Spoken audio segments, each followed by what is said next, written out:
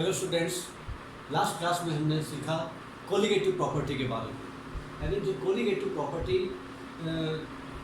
के पर based numerical colligative property वो प्रॉपर्टी होती थी जो सॉल्यूट के नंबर ऑफ पार्टिकल्स पर डिपेंड करती थी, उनके नेचर पर डिपेंड नहीं करती थी। पार्टिकल चाहे छोटा हो या बड़ा हो इस बात से मतलब नहीं होता था, मतलब खाली उनके नंबर से होता था। और हमने कोलिगेटिव प्रॉपर्टी में 4 पॉइंट हमने पढ़े। आपका पॉइंट पहले ऑस्मोटिक प्रेशर पढ़ा, फिर उसके बाद में relative lowering in vapour pressure सीखा, एलिवेशन इन बॉइलिंग पॉइंट और डिप्रेशन इन फ्रीजिंग पॉइंट, और इन चारों फार्मूलों पर बेस्ड न्यूमेरिकल हमने सीखे। ठीक, आज हम डिस्कस करेंगे कि एबनॉर्मल मोलिकुलर मास और वांट ऑफ फैक्टर। तो आज हम डिस्कस करने वाले हैं van't Hoff factor and abnormal molecular mass. तो van't Hoff factor, van't Hoff factor, इसको बच्चों आई से डिनोट करते हैं। Van't Hoff factor and abnormal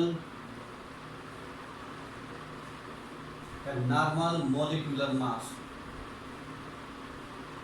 molecular mass, ये हेडिंग है। Van't Hoff factor and abnormal molecular mass. तो बच्चों, जो हमने लास्ट में कोलिगेटिव प्रॉपर्टी के 4 फार्मूले पढ़े, relative lowering vapour pressure, elevation in boiling point, depression in freezing point और ऑस्मोटिक प्रेशर के जो फार्मूले पढ़े वो चारों कोलिगेटिव प्रॉपर्टी, वो चारों कोलिगेटिव प्रॉपर्टी के फार्मूले तभी अप्लाई होते थे जब सॉल्यूशन डाइल्यूट हो, यानी राउंड लॉ को ओबे करे। और दूसरी बात, जो सॉल्यूट है वो ना तो डिसोसिएट हो और ना ही एसोसिएट हो। यानी कोई कंपाउंड है वो डिसोसिएट या एसोसिएट नहीं होना चाहिए, तभी ये फार्मूले लगते हैं। कौन से फार्मूले? पाई बराबर CRT, पाई बराबर CRT फार्मूला नंबर 1। दूसरा फार्मूला था हमारा ये relative lowering vapour pressure, PO minus PS upon PO equals to small n upon capital N। तीसरा फार्मूला होता था डेल्टा TV बराबर KB इंटू मोलरिटी। और चौथा फार्मूला होता था delta TF equals to KF into molarity. ये चारों फार्मूले तभी अप्लाई होते थे जब सॉल्यूशन डाइल्यूट हो और राउंड लॉ को ओबे करे।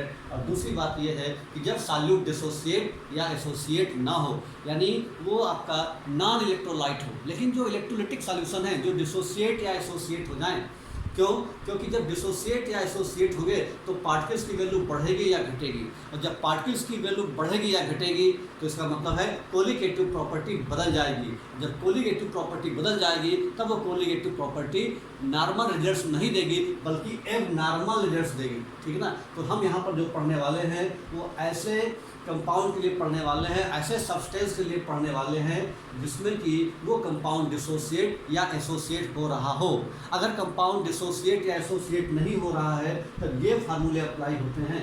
लेकिन अगर कंपाउंड डिसोसिएट या एसोसिएट हो रहा हो तब उसके लिए हम इस हेडिंग में पढ़ने वाले हैं और वहाँ पर हम वांट ऑफ फैक्टर का इस्तेमाल करेंगे। तो देखिए, सबसे पहले हम देखेंगे कि जब कोई भी कंपाउंड डिसोसिएट या एसोसिएट होता है तब क्या होगा? कोलिगेटिव प्रॉपर्टी चेंज होगी, और कोलिगेटिव प्रॉपर्टी चेंज होने से एबनॉर्मल रिजल्ट आते हैं। तो 1886 में वांट हॉफ नाम के साइंटिस्ट ने वांट हॉफ नाम के साइंटिस्ट ने एक फैक्टर दिया, एक रिलेशन दिया जिसको कि हम बोलते हैं वांट ऑफ फैक्टर। और ये वांट ऑफ फैक्टर ये क्या बताता है कि जितना डिसोसिएशन या एसोसिएशन कितना हुआ है, यानी to know the extent of dissociation और एसोसिएशन, यानी डिसोसिएशन और एसोसिएशन हुआ है लेकिन कितना हुआ है, इस बात को जानने के लिए वांट ऑफ नाम के साइंटिस्ट ने एक फार्मूला दिया जिसको हम बोलते हैं वांट ऑफ फैक्टर, जिसको हम लोग I से रिप्रेजेंट करते हैं। तो van't Hoff factor is defined as want half factor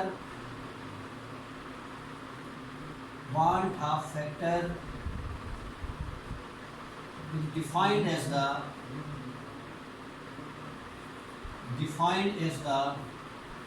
ratio of experimental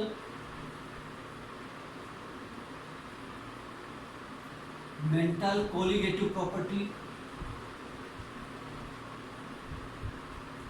experimental colligative property and calculated colligative property and calculated colligative property, calculated colligative property, colligative property, colligative property. तो ये इनका ratio है।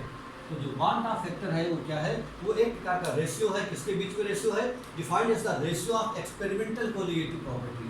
Experimental colligative property और calculated colligative property के बीच का जो ratio है उसी को अपन वांट ऑफ फैक्टर से डिनोट करते हैं। और वांट ऑफ फैक्टर बताता क्या है? It is know the calculate the extent of deviation और एसोसिएशन। जो आपका डिसोसिएशन या एसोसिएशन हो रहा है वो कितना हो रहा है, उसका अमाउंट कितना है, उसका एक्सटेंट कितना है, इस बात को जानने के लिए वांट ऑफ फैक्टर आपको दिया जाता है। तो वांट ऑफ फैक्टर का जो फार्मूला है वो क्या है? आई बराबर रेशियो किसका है? एक्सपेरिमेंटल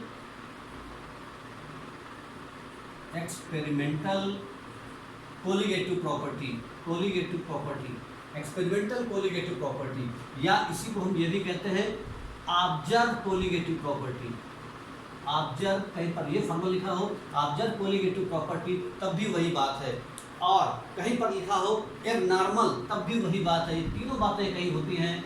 एबनॉर्मल कोलिगेटिव प्रॉपर्टी, तो ये तीनों बातें कहीं होती हैं। तो चाहे हम एक्सपेरिमेंटल कोलिगेटिव प्रॉपर्टी कहें या ऑब्जर्व कोलिगेटिव प्रॉपर्टी कहें या एबनॉर्मल कोलिगेटिव प्रॉपर्टी कहें, तीनों बात का मतलब एक ही है।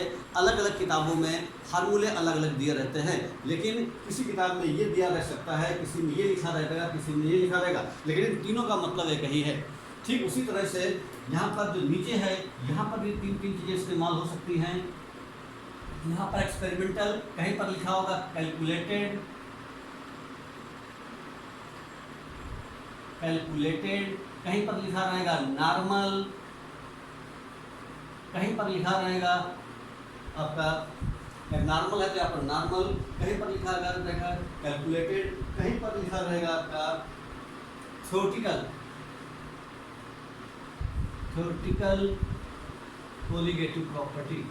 तो इस तरीके से जो आई बराबर है इसका मतलब क्या है? Abnormal colligative property upon normal colligative property, या observe upon calculated colligative property, या experimental upon theoretical colligative property. इन दोनों के रेशियो को हम बोलते हैं आई, और वांट ऑफ फैक्टर से नोट करते हैं। तो वांट ऑफ फैक्टर का मतलब क्या है? अगर आप पूछा जाए what is the meaning of want Hoff factor, तो आप कहेंगे it is the ratio of abnormal colligative property and normal colligative property, या फिर it is the ratio of experimental colligative property and calculated colligative property.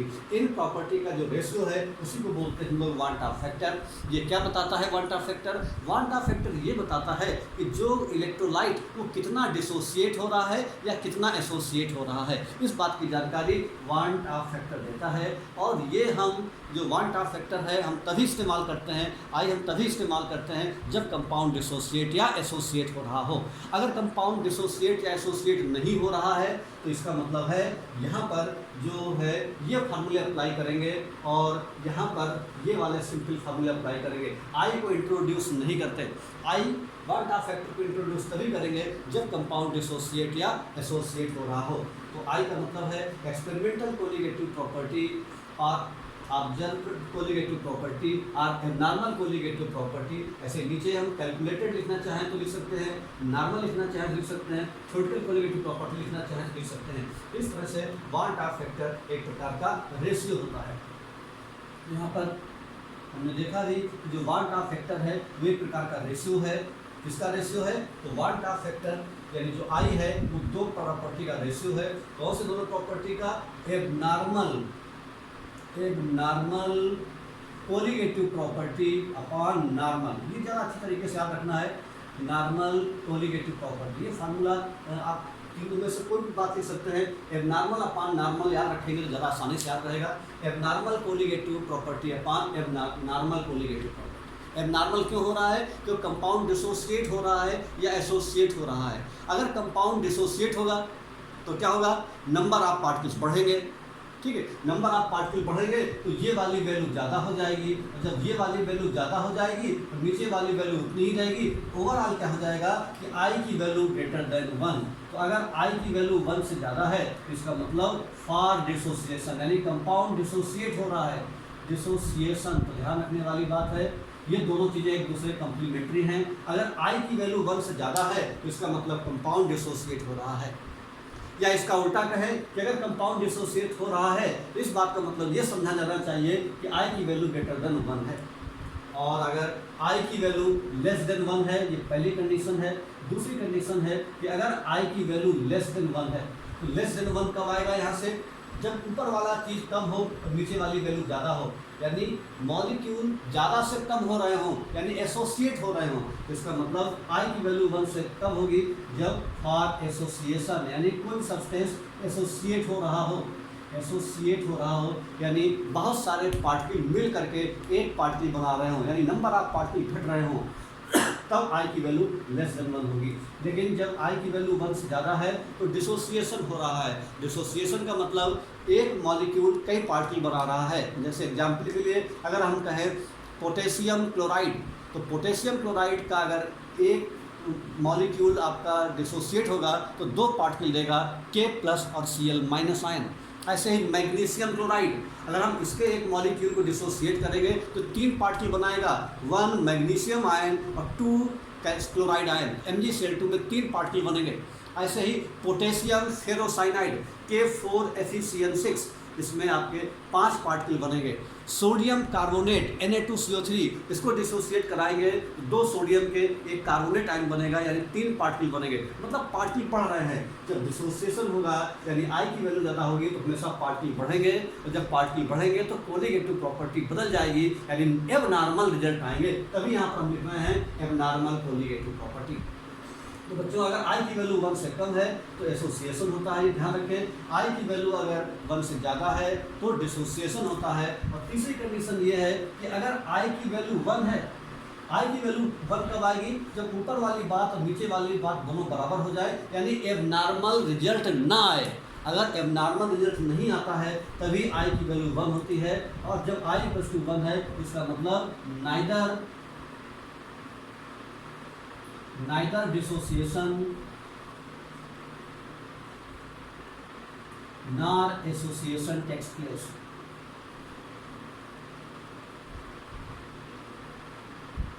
ना तो हमारा dissociation होगा और ना ही एसोसिएशन होगा। कब, जब आई की वैल्यू 1 हो। तो आई की वैल्यू अगर 1 है ना तो डिसोसिएशन होगा ना एसोसिएशन होगा। आई की वैल्यू 1 से कम है तो एसोसिएशन होता है, और आई की वैल्यू अगर 1 से ज़्यादा है तो वो आपका डिसोसिएशन आ जाता है। इस तरीके से वांट ऑफ फैक्टर एक प्रकार का रेशियो है। इसका रेशियो है एबनॉर्मल कोलिगेटिव प्रॉपर्टी और नॉर्मल कोलिगेटिव प्रॉपर्टी का। इसको हम ये भी कह सकते हैं ऑब्जर्व अपॉन कैलकुलेटेड।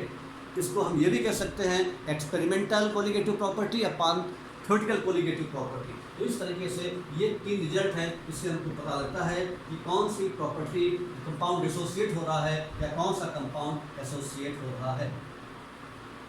तो ये बच्चों बात ध्यान रखेंगे ये चीज़ें। उसके बाद में यहाँ पर एक फार्मूला होता है कि जो कोलिगेटिव प्रॉपर्टी है, colligative property is inversely proportional to molar mass, molecular mass. इसका मतलब है कि अगर कोलिगेटिव प्रॉपर्टी बदलेगी तो इसका मतलब मोलिकुलर मास में भी चेंज आएगा। कोलिगेटिव प्रॉपर्टी कम होगी तो मोलिकुलर मास ज़्यादा हो जाएगा, कोलिगेटिव प्रॉपर्टी अगर ज़्यादा होगी तो मोलिकुलर मास कम हो जाएगा। तो यहाँ पर अगर हम आई के टर्म में देखें तो आई बराबर क्या है, कोलिगेटिव प्रॉपर्टी और मोलिकुलर मास एक दूसरे के रेसिप्रोकल है, अपोजिट है। इसका मतलब जो एबनॉर्मल कोलिगेटिव प्रॉपर्टी वो नॉर्मल हो जाएगा, नॉर्मल अपॉन एबनॉर्मल हो जाएगा। यानी जब मोलिकुलर मास की टर्म रखेंगे तो उल्टा हो जाएगा। क्यों, तो कोलिगेटिव प्रॉपर्टी और मोलिकुलर मास दोनों एक दूसरे के अपोजिट है, दोनों एक दूसरे के रेसिप्रोकल है। तो आई बराबर जब कोलिगेटिव प्रॉपर्टी की टर्म में लगाएंगे फार्मूला तो ये लगेगा एबनॉर्मल अपॉन नॉर्मल। जब मोलिकुलर मास के टर्म में लगाएंगे तो निकलेगा नॉर्मल अपॉन एबनॉर्मल। तो यहाँ पर ध्यान रखने वाली बात ये है normal molecular mass upon abnormal molecular मास, एबनॉर्मल मोलिकुलर मास। तो बच्चों क्या देखा हमने कि नॉर्मल अपॉन एबनॉर्मल, जबकि यहाँ पर क्या था एबनॉर्मल अपॉन नॉर्मल। ऐसा क्यों हो रहा है, तो कोलिगेटिव प्रॉपर्टी और मोलर मास का ये रिलेशन रहता है, इस वजह से ये फार्मूला अप्लाई हो रहा है। तो आई की वैल्यू हम इस तरीके से कैलकुलेट कर सकते हैं एबनॉर्मल अपॉन नॉर्मल के थ्रू। ठीक बच्चों, तो आगे अब हम देखेंगे कि कोई कंपाउंड अगर एसोसिएट हो रहा है या डिसोसिएट हो रहा है तो हम क्या करेंगे कि जो भी हमने कोलिक एसिड प्रॉपर्टी की फार्मूला लगाए उन सब में आई को इंट्रोड्यूस कर देंगे। जैसे कि अगर हमारा कंपाउंड है सिंपल पाई बराबर CRT, ये फार्मूला था ऑस्मोटिक प्रेशर का। कब? जब कंपाउंड डिसोसिएट या एसोसिएट नहीं हो रहा है तब ये फार्मूला लगेगा। लेकिन अगर कंपाउंड डिसोसिएट या एसोसिएट हो रहा है तो इसमें आई इंट्रोड्यूस कर देंगे तो ICRT लगाएंगे। ऐसे ही डेल्टा TB बराबर फार्मूला होता था KB इंटू मोलरिटी। कब? जब कंपाउंड डिसोसिएट या एसोसिएट ना हो। लेकिन अगर कंपाउंड डिसोसिएट या एसोसिएट हो रहा है तब यहाँ पर I into KB into molarity लगा देंगे, ये फार्मूला।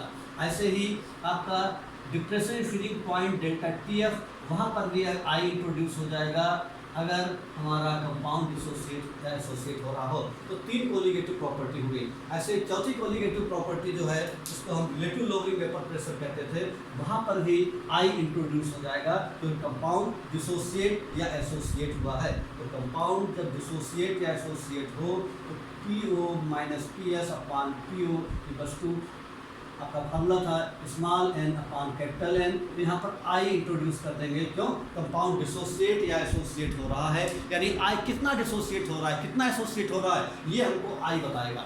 इसलिए सब में हम I लगा देते हैं। पहले वाले में I क्यों नहीं था कि कंपाउंड डिसोसिएट या एसोसिएट नहीं हो रहा था, यानी I की वैल्यू 1 थी। यहाँ पर I की वैल्यू 1 है। एक्चुअली I यहाँ पर भी है लेकिन यहाँ पर I 1 हो रहा है, इसलिए यहाँ पर 1 हटा दिया। 1 का मल्टीप्लाई करेंगे तो यही वैल्यू बनेगी। जबकि यहाँ पर I 1 नहीं है बल्कि 1 से ज़्यादा है या 1 से कम, इसलिए उसकी कुछ ना कुछ वैल्यू निकलेगी। इसलिए यहाँ पर I को इंट्रोड्यूस करना जरूरी हो गया है। जबकि यहाँ पर हम I को इंट्रोड्यूस क्यों नहीं करते? क्योंकि यहाँ पर I की वैल्यू 1 होती थी।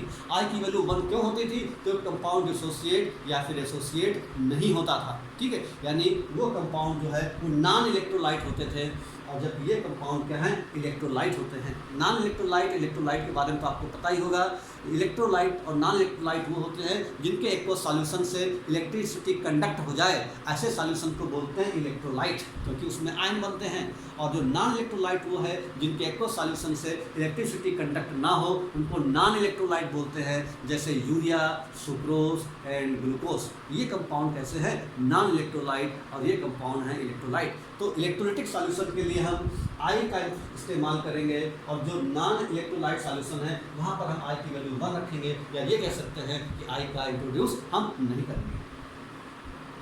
उसके बाद बच्चों आगे हम लोग सीखेंगे डिसोसिएशन और एसोसिएशन, और जो उसमें डिग्री ऑफ डिसोसिएशन, यानी डिग्री ऑफ डिसोसिएशन क्या है, इसके बारे में हम सीखना चाहेंगे कि what is the meaning of degree of dissociation. Degree of dissociation का मतलब क्या है? Degree of dissociation, degree of dissociation negative सूत्र से आते हैं। डिग्री ऑफ डिसोसिएशन क्या है और डिग्री ऑफ डिसोसिएशन क्या है? ठीक है, डिग्री ऑफ डिसोसिएशन इसको हम अल्फा कहते हैं। Degree of dissociation alpha, alpha बराबर रहता है, अल्फा का फार्मूला होता है number of moles dissociated upon total number of moles, upon total number of moles, ये होता है आपका फार्मूला डिग्री ऑफ डिसोसिएशन। ये हमने 11th क्लास में सीखा था इक्विलिब्रियम चैप्टर में, तो वही वाला फार्मूला इस्तेमाल हो रहा है, number of moles dissociated upon total number of moles. जैसे मान लीजिए कि हमारे पास 100 मोल हैं टोटल, और उसमें 80 मोल डिसोसिएट हो रहे हैं, तो हमारा अल्फा की वैल्यू हो जाएगी 80/100, ये और ये कट कर आ जाएगा, ये आपका हो जाएगा 0.8। इस तरीके से ये डिग्री ऑफ डिसोसिएशन हो गया। तो डिग्री ऑफ डिसोसिएशन में अल्फा की वैल्यू आपका 1 से ज़्यादा कभी नहीं हो सकती, क्योंकि आपका total moles dissociated, total number of moles बहुत ज़्यादा होगा। तो जितने मोल टोटल हैं, टोटल के टोटल मोल डिसोसिएट हो जाएंगे। तो जब टोटल के टोटल मोल डिसोसिएट हो जाएंगे तो ऊपर भी 100 रहेगा और नीचे भी 100 रहेगा, तो 100/100 कितना आ जाएगा? 1। यानी जो अल्फा की है वो मैक्सिमम वैल्यू 1 होती है, अल्फा की वैल्यू 1 से ज़्यादा कभी नहीं हो सकती। ठीक है, ये ठीक वैसे ही है जैसे आपकी मान लीजिए कि 50 मार्क्स का पेपर है, 50 मार्क्स का पेपर, तो 50 में से किसी बच्चे के 52 मार्क्स नहीं आ सकते, उसके मैक्सिमम मार्क्स आएंगे तो भी 100 में 100% आ सकते हैं, यानी 50 आ सकते हैं। ऐसा कहीं हो सकता है क्या कि 50 मार्क्स का पेपर हो और मार्क्स उसके आ रहे हो 55? ऐसा नहीं हो सकता। ऐसा ही यहाँ पर भी है, जो अल्फ़ा है उसकी मैक्सिमम वैल्यू 1 है, क्योंकि 100% अगर मोल डिसोसिएटेड होंगे तब इसकी वैल्यू 1 आ जाएगी। मान लो 90 हो रहा है तो 0.9 आ जाएगा, 100 हो रहा है तो 100/100 अल्फ़ा की वैल्यू 1 आ जाएगी। तो ये अल्फ़ा का मतलब है। अल्फ़ा क्या मतलब है ये हमने आपको बताया। अल्फ़ा का मतलब है number of mole dissociated upon total number of moles. अब हम ऐसे ही अगर डिसोसिएशन ना होकर के एसोसिएशन हो रहा हो तो यहाँ पर लिखेंगे अल्फ़ा बराबर number of moles associated upon total number of moles. इस तरीके से डिसोसिएशन या एसोसिएशन हो रहा हो और उस कंपाउंड को डिग्री ऑफ डिसोसिएशन निकालना है तो उसके लिए हम ये फार्मूला अप्लाई करेंगे। अब हम डिग्री ऑफ डिसोसिएशन निकालेंगे, कंपाउंड जो डिसोसिएट हो रहा है या एसोसिएट हो रहा है और आई के साथ उसका क्या रिलेशन है, ये सारी बात हम सीखने जा रहे हैं। सबसे पहले हमने मान लिया बच्चों कि हमारे पास कोई कंपाउंड ए कंपाउंड है और ये कंपाउंड आपका डिसोसिएट हो रहा है, हमारा डिसोसिएट हो करके आपका बना रहा है आपका ए पार्टिकल्स n नंबर ए दे रहा है, यानी जो कंपाउंड है हमारा n पार्टिकल्स बन रहे हैं, n number of particles dissociate होने के बाद हमारे बन रहे हैं। तो हम क्या करेंगे, जब n नंबर ऑफ पार्टिकल बन रहे हैं तो हमने क्या किया कि यहाँ पर इस पे n पार्टिकल है ये और ये n पार्टिकल बन रहे हैं। तो हम सबसे पहले क्या करेंगे, यहाँ पर हम सबसे पहले हमने मान लिया इसका 1 मोल है, ये t बराबर 0 पर।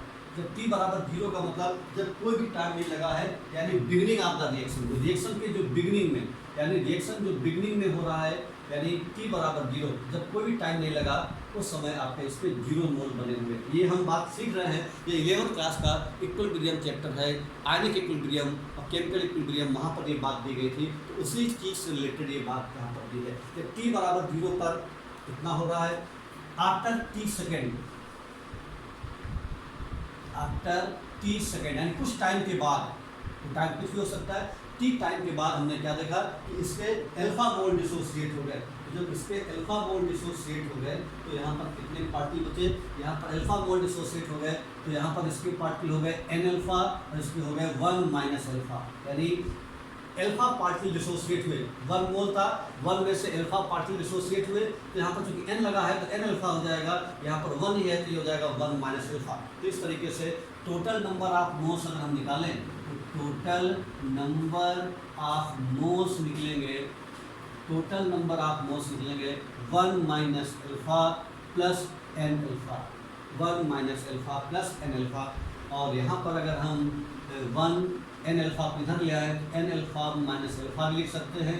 यहाँ पर 1 प्लस अगर हम अल्फा कॉमन ले लें तो अंदर हो जाएगा n माइनस 1। ये हमारा टोटल नंबर ऑफ मोल्स निकला है, टोटल नंबर ऑफ मोल्स। अब हमको पता है जो I है, I का जो फार्मूला क्या रहता है, I का मतलब होता है एबनॉर्मल कोलिगेटिव प्रॉपर्टी। एबनॉर्मल ऊपर रहता है, नॉर्मल नीचे रहता है। तो अब पहले ये 1 मोल था, डिसोसिएट होने के बाद इतने बने, यानी टोटल नंबर ऑफ पार्टिकल इतने हुए, तो टोटल नंबर ऑफ पार्टिकल जो हैं वो कितने हो जाएंगे 1 प्लस n माइनस 1, यानी टोटल नॉर्मल जो वैल्यू ये आई है। और नॉर्मल वैल्यू कितनी थी, पहले तो पार्टिकल 1 था जब, क्योंकि डिसोसिएट नहीं हुआ था, जब वो डिसोसिएट हो गया तो डिसोसिएट होने के बाद टोटल नंबर ऑफ पार्टिकल इतने हो गए। डिसोसिएशन होने के पहले टोटल नंबर ऑफ पार्टिकल 1 थे। तो यहाँ पर हम कह सकते हैं, यहाँ पर t बराबर 0 का मतलब हम ये भी कह सकते हैं बिफोर डिसोसिएशन, यहाँ पर आपके t सेकेंड का मतलब आपके डिसोसिएशन कह सकते हैं।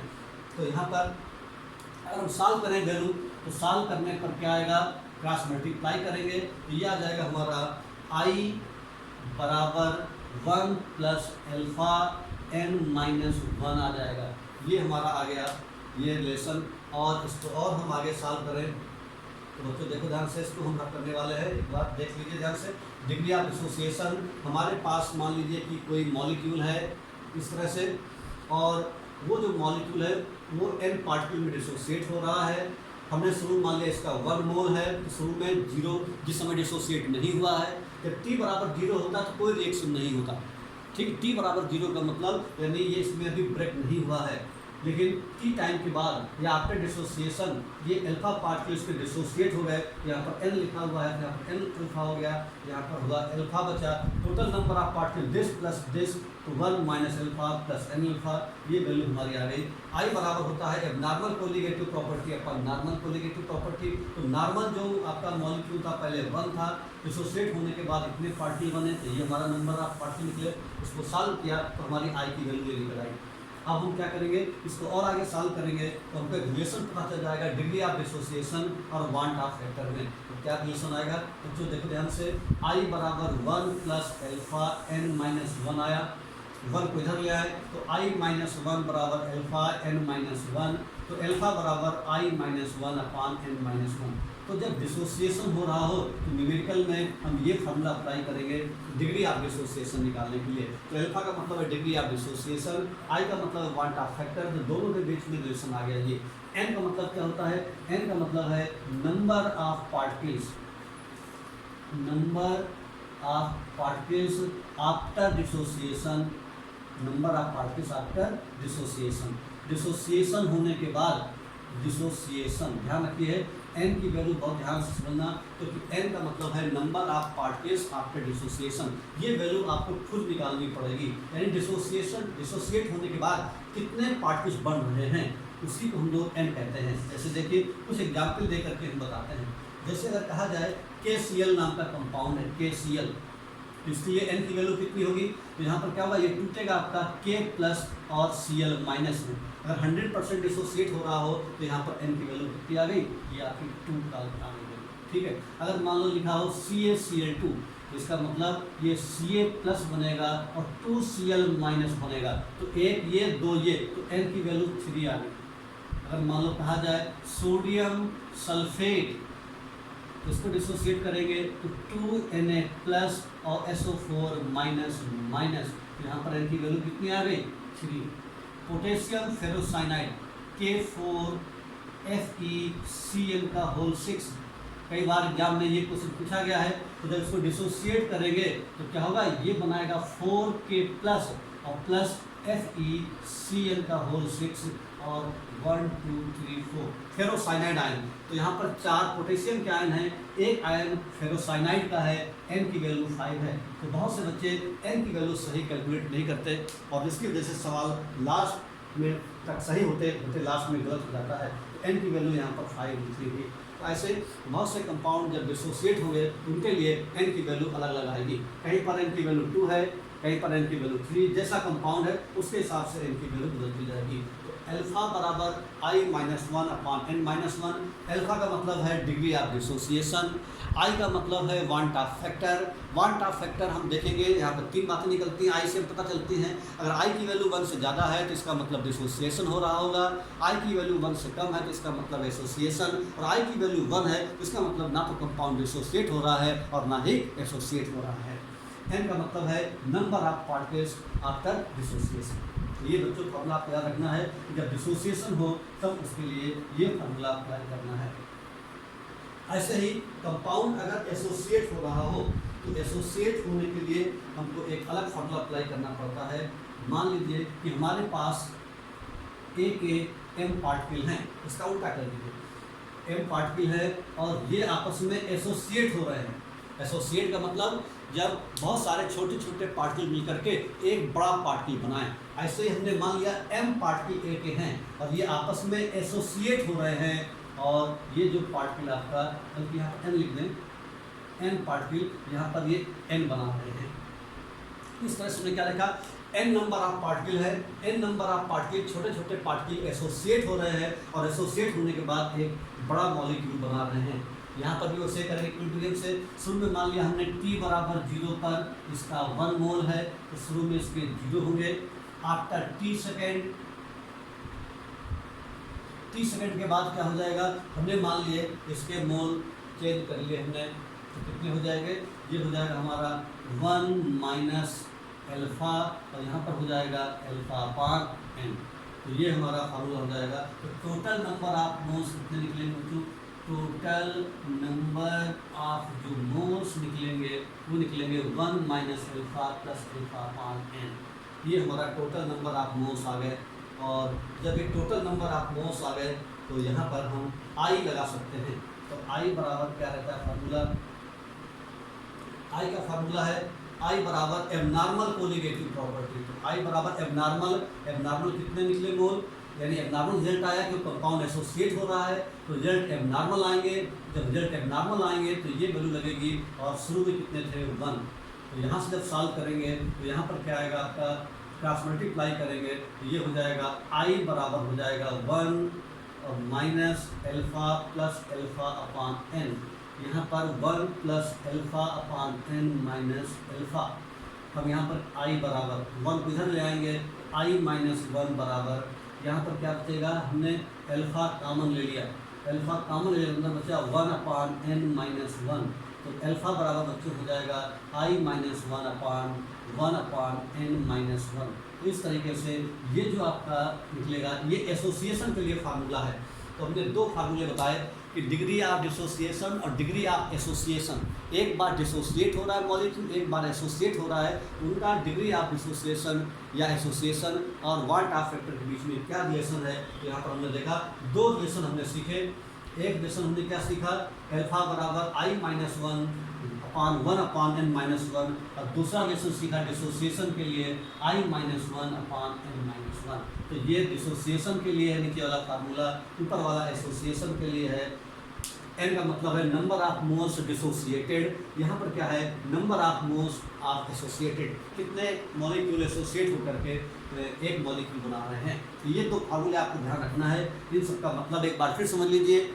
एल्फा का मतलब है डिग्री ऑफ डिसोसिएशन, आई का मतलब है वांट ऑफ फैक्टर, और एन का मतलब है नंबर ऑफ मोल्स डिसोसिएटेड और एसोसिएटेड, यानी डिसोसिएट या एसोसिएट होने के बाद कितने पार्टिकल बन रहे हैं, इसी बात को कहते हैं हम लोग एन।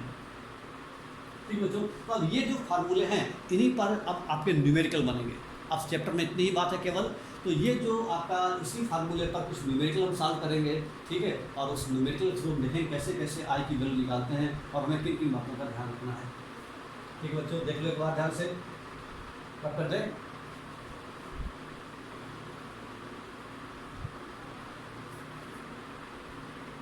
चलो अब हम एक सवाल लगाते हैं बच्चों, एक सवाल न्यूमेरिकल सॉल्व करेंगे। 0.1 mole of sugar was 0.1 mole of sugar यानी शक्कर यानी sucrose, 0.1 mole of sugar was dissolved in 1 kilogram of water. 0.1 mole of sugar was dissolved in 1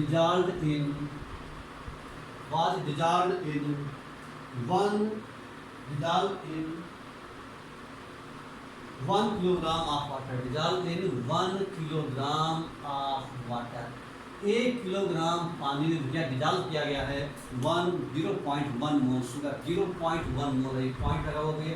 0.1 mole of sugar was dissolve in 1 kilogram of water.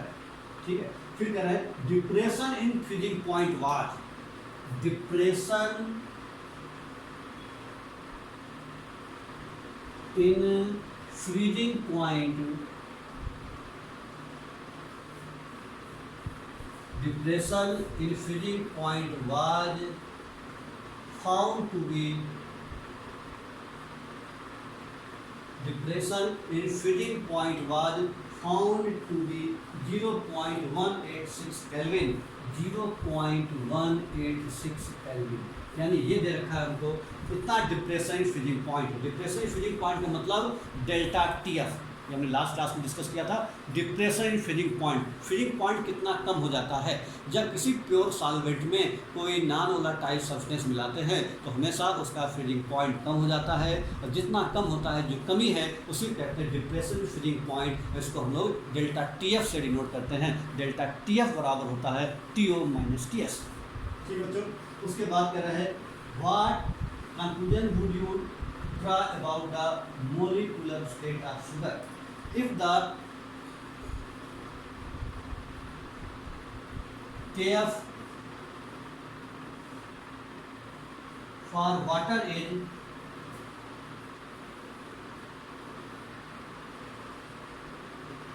1.86 kelvin KG पर मोल ये दे रखा है। तो इसमें बताना क्या है, देन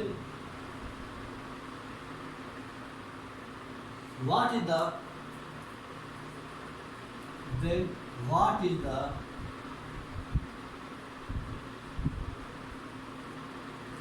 state of sugar, मतलब इसका मतलब है it means sugar dissociate or associate, sugar dissociate or associate, ठीक है। क्या हो रहा है, डिसोसिएट हो रही है या एसोसिएट हो रही है, ये क्वेश्चन कहा गया है। देखो ध्यान से बच्चों, क्या कहा गया है, 0.1 मोल ऑफ शुगर, शक्कर है कंपाउंड, डिजॉल्व हो रहा है पानी में, किसमें हो रहा है, 1 किलोग्राम पानी में हो रहा है। डिप्रेशन फीडिंग पॉइंट जो ये वाली वैल्यू दे रखी है हमको, कितनी दे रखी है, 0.186, यानी सबसे पहले हमको दे रखा है डेल्टा TF बराबर दे रखा है भैया 0.186, ये दे रखा है। फिर क्या दिया हुआ है हमको, कह रहे हैं KF, जिसको कहते हैं मोलर डिप्रेशन कांस्टेंट। तो KF की वैल्यू बच्चों दी है, KF बराबर 1.86, ये KF की वैल्यू दे रखी है। और मोलरिटी का फार्मूला क्या होता है, मोलरिटी किसको कहते हैं, मोलरिटी कहते हैं 1 किलोग्राम सॉल्वेंट में सॉल्यूट के जितने नंबर ऑफ मोल प्रेजेंट होते हैं वही उसकी मोलरिटी होती है। यहाँ पर दिया हुआ है 0.1 मोल ऑफ शुगर प्रेजेंट है 1 किलोग्राम वाटर में, सीधे से डेफिनेशन से पता चल गया इसकी मोलरिटी कितनी हो गई, 0.1। मोलरिटी बच्चों हो गई 0.1। तो मोलरिटी भी पता है हमको, डेल्टा TF भी पता है, KF भी पता है, तीनों बातें पता है। तो हमें पता क्या करना है, हमको ये पता करके बताना है कि जो कंपाउंड है शुगर वो डिसोसिएट हो रहा है या नहीं हो रहा है। तो डिसोसिएट हो रहा है या नहीं हो रहा है ये हम जानेंगे कैसे, ये हम I की वैल्यू वांट ऑफ फैक्टर से पता लगाएंगे। अगर I की वैल्यू ग्रेटर देन 1 तो इसका मतलब compound will be dissociate. If the value of I less than 1 it means compound will associate, and if the value of I is 1 then compound will neither dissociate nor associate। यही पता करना है। तो सबसे पहले बच्चों क्या करेंगे, फार्मूला अप्लाई कर देंगे, डेल्टा TB बराबर KB इंटू मोलरिटी, और चूंकि यहाँ पर हमको वाटर फैक्टर पढ़ा है तो यहाँ पर हमको I भी इंट्रोड्यूस करेंगे, यानी ये फार्मूला अप्लाई करेंगे हम लोग यहाँ पर। अब जब ये फार्मूला अप्लाई करेंगे, डेल्टा TB की वैल्यू, डेल्टा TF की वैल्यू हमको पता है और यहाँ पर भी KF है, तो डेल्टा TF पता है हमको, KF पता है और मोलरिटी पता है, I यहाँ से निकाल सकते हैं। तो बस इसको सॉल्व कर लेंगे, I की वैल्यू पता लग जाएगी, इसलिए ये पता चल जाएगा कंपाउंड डिसोसिएट हो रहा है या डिसोसिएट नहीं हो रहा है। तो भैया क्या करना पड़ेगा इसके लिए, डेल्टा TF की वैल्यू है 0.186 बराबर I हमको पता नहीं वांटा फैक्टर, KF की वैल्यू 1.86 है और मोलरिटी है 0.1, तो बराबर I 1.86 को मल्टीप्लाई करेंगे 1 से, ये हो जाएगा 186 और यहाँ पर पॉइंट लग जाएगा ये, और ये भी हमारा 0.186 है। तो I की वैल्यू निकल आए 0.186 अपॉन 0.186, यानी I की वैल्यू कितनी आ गई, 1। I की वैल्यू 1 है, हमको पता है if I equals to 1 the compound जो भी कंपाउंड है, शुगर है यहाँ पर, the compound neither dissociate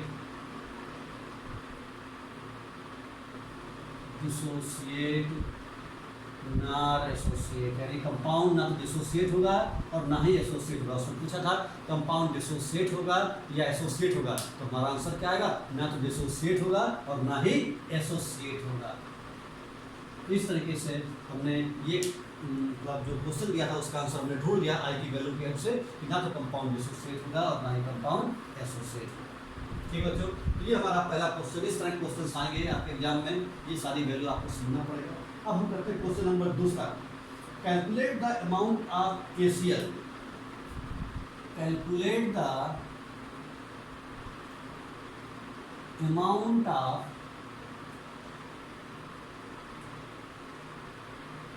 calculate the amount of KCl which must be added to which must be added to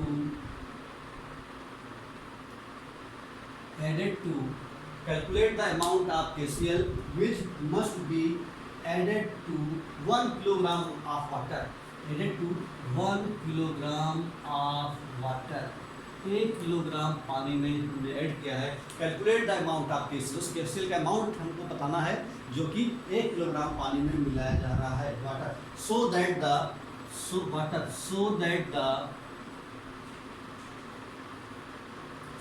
the freezing point is depressed, so that the freezing point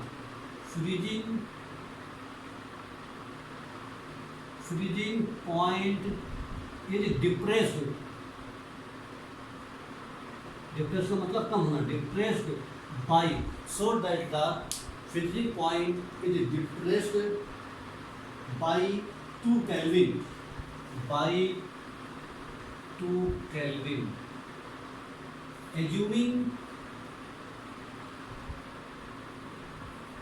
assuming that KCl undergoes complete dissociation, KCl undergoes complete dissociate हो रहा है ये dissociation. ये आपके क्या करना है, calculate the amount of KCL का अमाउंट भैया आपको निकालना है, ठीक है। तो सबसे पहले हमें क्या निकालना है कि केसीएल का अमाउंट कितना है, ये पूछा गया हमको। फिर क्या कहा गया है कि कितने में घोला गया है, 1 किलोग्राम वाटर में, so that the freezing point is depressed by 2 kelvin.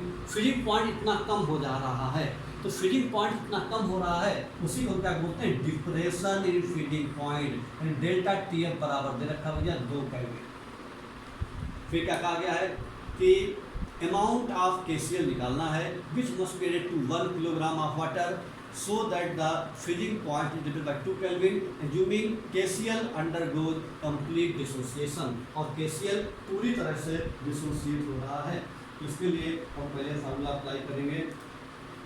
Formula हमारे पास है डेल्टा TF बराबर I into KF into molality, ठीक है, ये दे रखा है।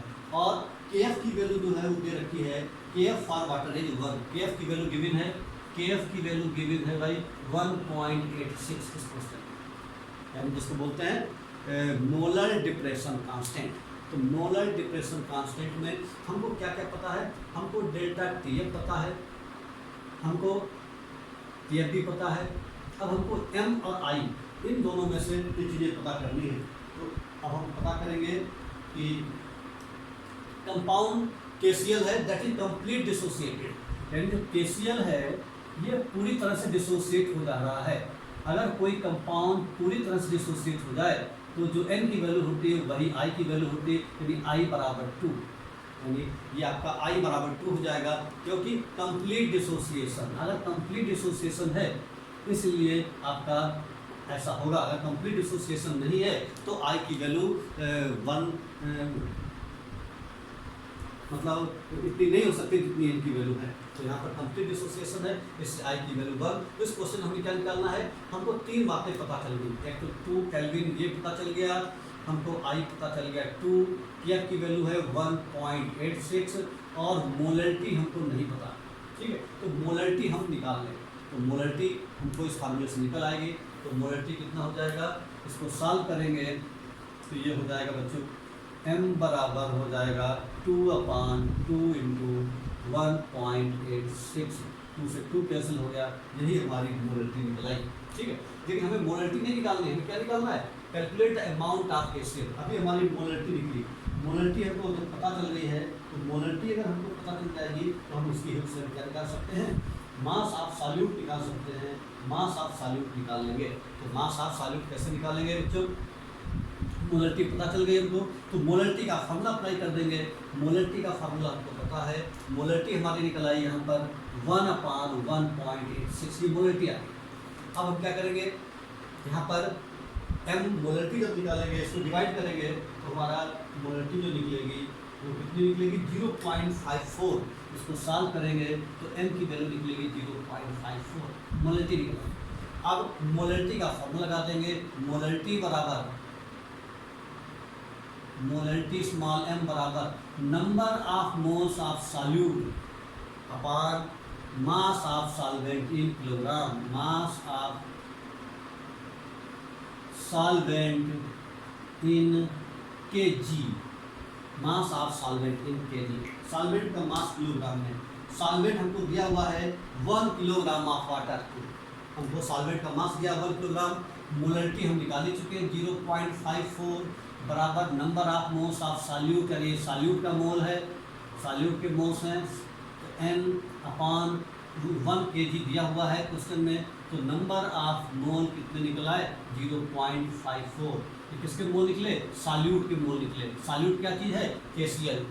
अब हमको नंबर ऑफ मोल पता चल गए, तो नंबर ऑफ मोल का फार्मूला होता है नंबर ऑफ मोल्स बराबर given mass upon molar mass, molar मास। तो मोलर मास किसका, मोलर मास जो सॉल्यूट है, सॉल्यूट क्या चीज़ है KCl, तो KCl का जब मोलर मास निकालेंगे तो KCl का मोलर मास कैसे निकलेगा, K का एटॉमिक मास 39, Cl का होता है 35.5, दोनों को जोड़ेंगे तो ये हो जाएगा 74.5। तो मोलर मास निकल आया और नंबर ऑफ मोल हमको पता है, नंबर ऑफ मोल पता है, मोलर मास पता है, दोनों को मल्टीप्लाई कर देंगे तो कितना मास है अमाउंट वो हमारा निकल करके आ जाएगा। तो देखो बच्चों कैसे निकालेंगे हम लोग, बस मल्टीप्लाई कर देना है, नंबर ऑफ मोल्स बराबर given mass upon molar mass. Number of moles निकले हैं 0.54, अमाउंट कितना है ये हमको बताना है, मोलर मास निकला है 74.5, इसको मल्टीप्लाई करेंगे तो W बराबर जब मल्टीप्लाई होकर के आएगा तो हमारा हो जाएगा 40.23 ग्राम, यानी इतने gram KCl should be added in 1 kilogram of water. और हम 40.23 ग्राम पोटेशियम क्लोराइड 1 किलोग्राम पानी में घोलेंगे, तो ऐसा करते समय जो हमारा डिप्रेशन फ्रीजिंग पॉइंट होगा वो 2 केल्विन का डिप्रेशन हो जाएगा, यानी जितना फ्रीजिंग पॉइंट था उससे 2 केल्विन कम हो जाएगा। तब जब हम इतने ग्राम KCl 1 किलोग्राम पानी में घोलेंगे तब हमारा जो फ्रीजिंग पॉइंट पानी का था, जितना भी था, पानी फ्रीजिंग पॉइंट आपको पता ही है कितना रहता है 0 डिग्री सेल्सियस और 0 डिग्री सेल्सियस, और उसमें अगर हम इतने ग्राम KCl 1 किलोग्राम वाटर में डाल करेंगे तो हमारा डिप्रेशन फ्रीजिंग पॉइंट 2 केल्विन हो जाएगा। इस तरीके से अमाउंट ऑफ सॉल्यूट हमने निकाल लिया। ये हमने दूसरा क्वेश्चन किया इसी फार्मूले पर टेस्ट।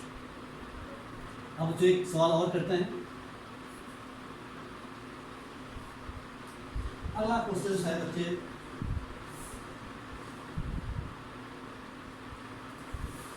कह रहा है अ सब्सटेंस X एसोसिएट, कोई सब्सटेंस है, a substance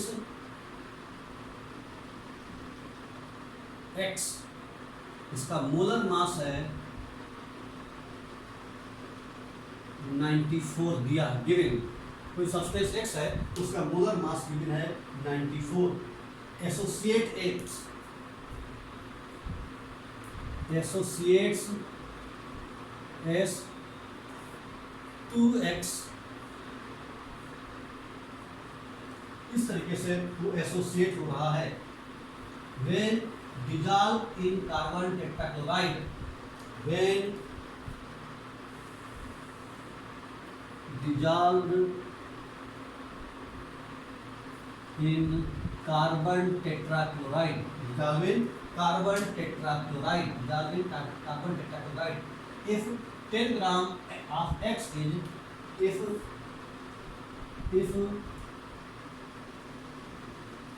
10 gram of X is dissolved in,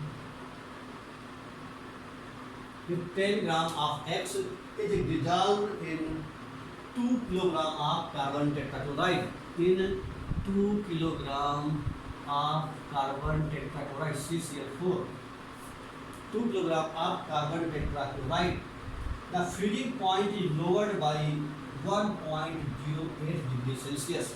The freezing point the freezing point lowered by 1.08 degree Celsius. कितना फ्रीजिंग पॉइंट पहले के कंपेरिजन में कम हो जाता है, ऐसा क्वेश्चन में कहा गया है।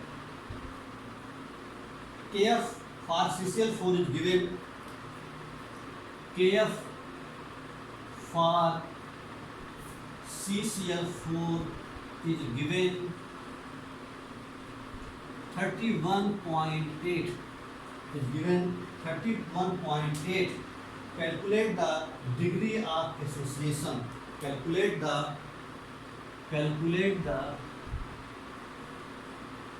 degree of association. Calculate the degree of association of X. Calculate degree of association of X. हमको इसमें क्या निकालना है? Degree of association. तो डिग्री ऑफ एसोसिएशन निकालना है, यानी अल्फा निकालना है बच्चों। तो डिग्री ऑफ डिसोसिएशन या डिग्री ऑफ एसोसिएशन दोनों को हम अल्फा के नाम से जानते हैं। यहाँ पर एसोसिएशन हो रहा है, दो मॉलिक्यूल मिल करके एक मॉलिक्यूल बना रहे हैं एंड नंबर ऑफ पार्टिकल कम हो रहे हैं, यानी एसोसिएशन हो रहा है। यहाँ पर हमको डिग्री ऑफ एसोसिएशन की वैल्यू निकालनी है। तो बच्चों कैसे निकालेंगे? सबसे पहले सवाल में पढ़ेंगे, हमको फार्मूला क्या क्या पता है, क्या क्या चीज़ वैल्यू दी हुई है, वो हम अप्लाई करेंगे। तो सबसे पहले हमें क्या पता लग रहा है? The freezing point is lowered by 1.08 degree Celsius. ये जो वैल्यू दी है वो दी है डेल्टा TF की। तो सबसे पहले जो दिया है आपको वो नोट करेंगे। न्यूमेरिकल लगाते समय सबसे पहले जो गिवन है उसको नोट करेंगे, फिर उससे रिलेटेड फार्मूला अप्लाई करेंगे, फिर देखेंगे कौन सी चीज़ हमको नहीं दी है वो ढूंढने की कोशिश करेंगे। यानी क्वेश्चंस में अगर कुछ पूछा गया है तो सारी इंफॉर्मेशन क्वेश्चन में दी रहती है, बशर्ते आपको समझना रहता है। आप उसको समझेंगे और जितने ज़्यादा सवाल आप अटेम्प्ट करेंगे, जितने ज़्यादा सवाल लगाएंगे, तो आपको जो हिडन प्रॉब्लम है, जो छुपी हुई चीज़ें हैं, वो आपको मालूम चलने लगेगी। ठीक है, लेकिन क्वेश्चन करने पर पता लगेगा। क्वेश्चन नहीं करेंगे तो फिर आपको सवाल नहीं आएंगे। इसलिए ज़्यादा से ज़्यादा क्वेश्चन लगाएं।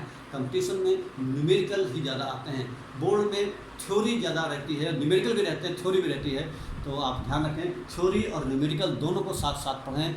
एनसीईआरटी का एक एक क्वेश्चन सॉल्व करें, चाहे वो थ्योरी का हो और चाहे वो आपका न्यूमेरिकल हो। थ्योरी वाला क्वेश्चन बच्चा लापरवाही से सॉल्व करता है, उसको लगता है कि ये सब कुछ किताब में दिया हुआ, लेकिन ऐसा नहीं। एक अपनी अलग से कॉपी बना लें, उस कॉपी में जैसे जो भी कहा गया, जैसे मान लो क्वेश्चन में कहा गया डिफाइन ऑस्मोसिस, तो ऑस्मोसिस की डिफिनीशन याद करें, 2-4 बार रफ में लिखें, फिर उसके बाद में फेयर में जब लिखें, बिना देखे लिखें।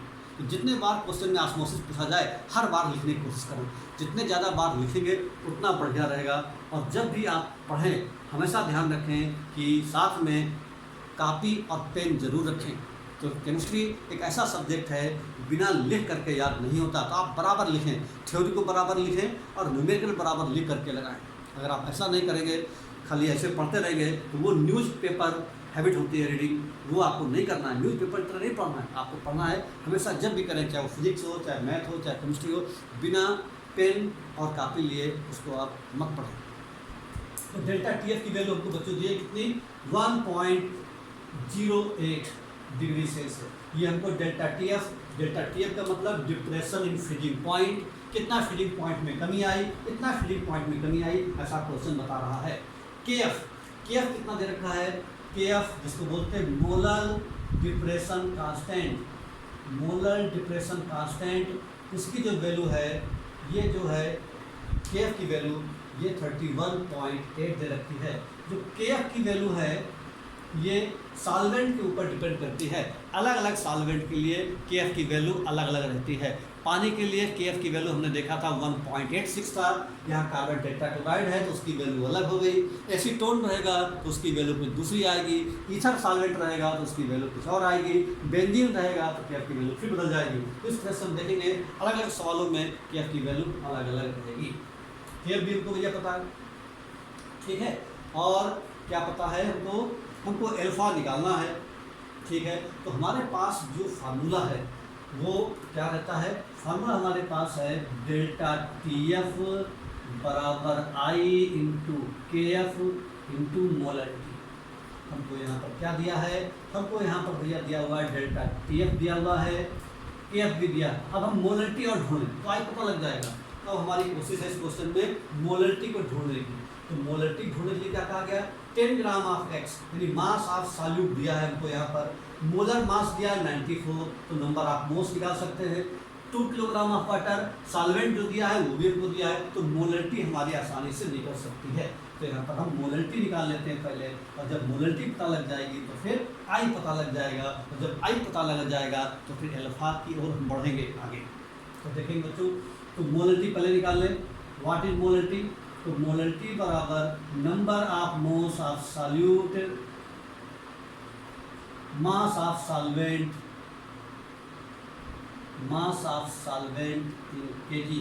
तो आप भी जब भी लिखो तो बार बार फार्मूले को लिखो, ऐसा नहीं आपने नहीं लिखा कि हमको आता ही है डायरेक्ट वैल्यू पुट कर दी, तो उससे क्या हो, जब बार बार लिखोगे तो आपको फार्मूला भी याद होता रहेगा।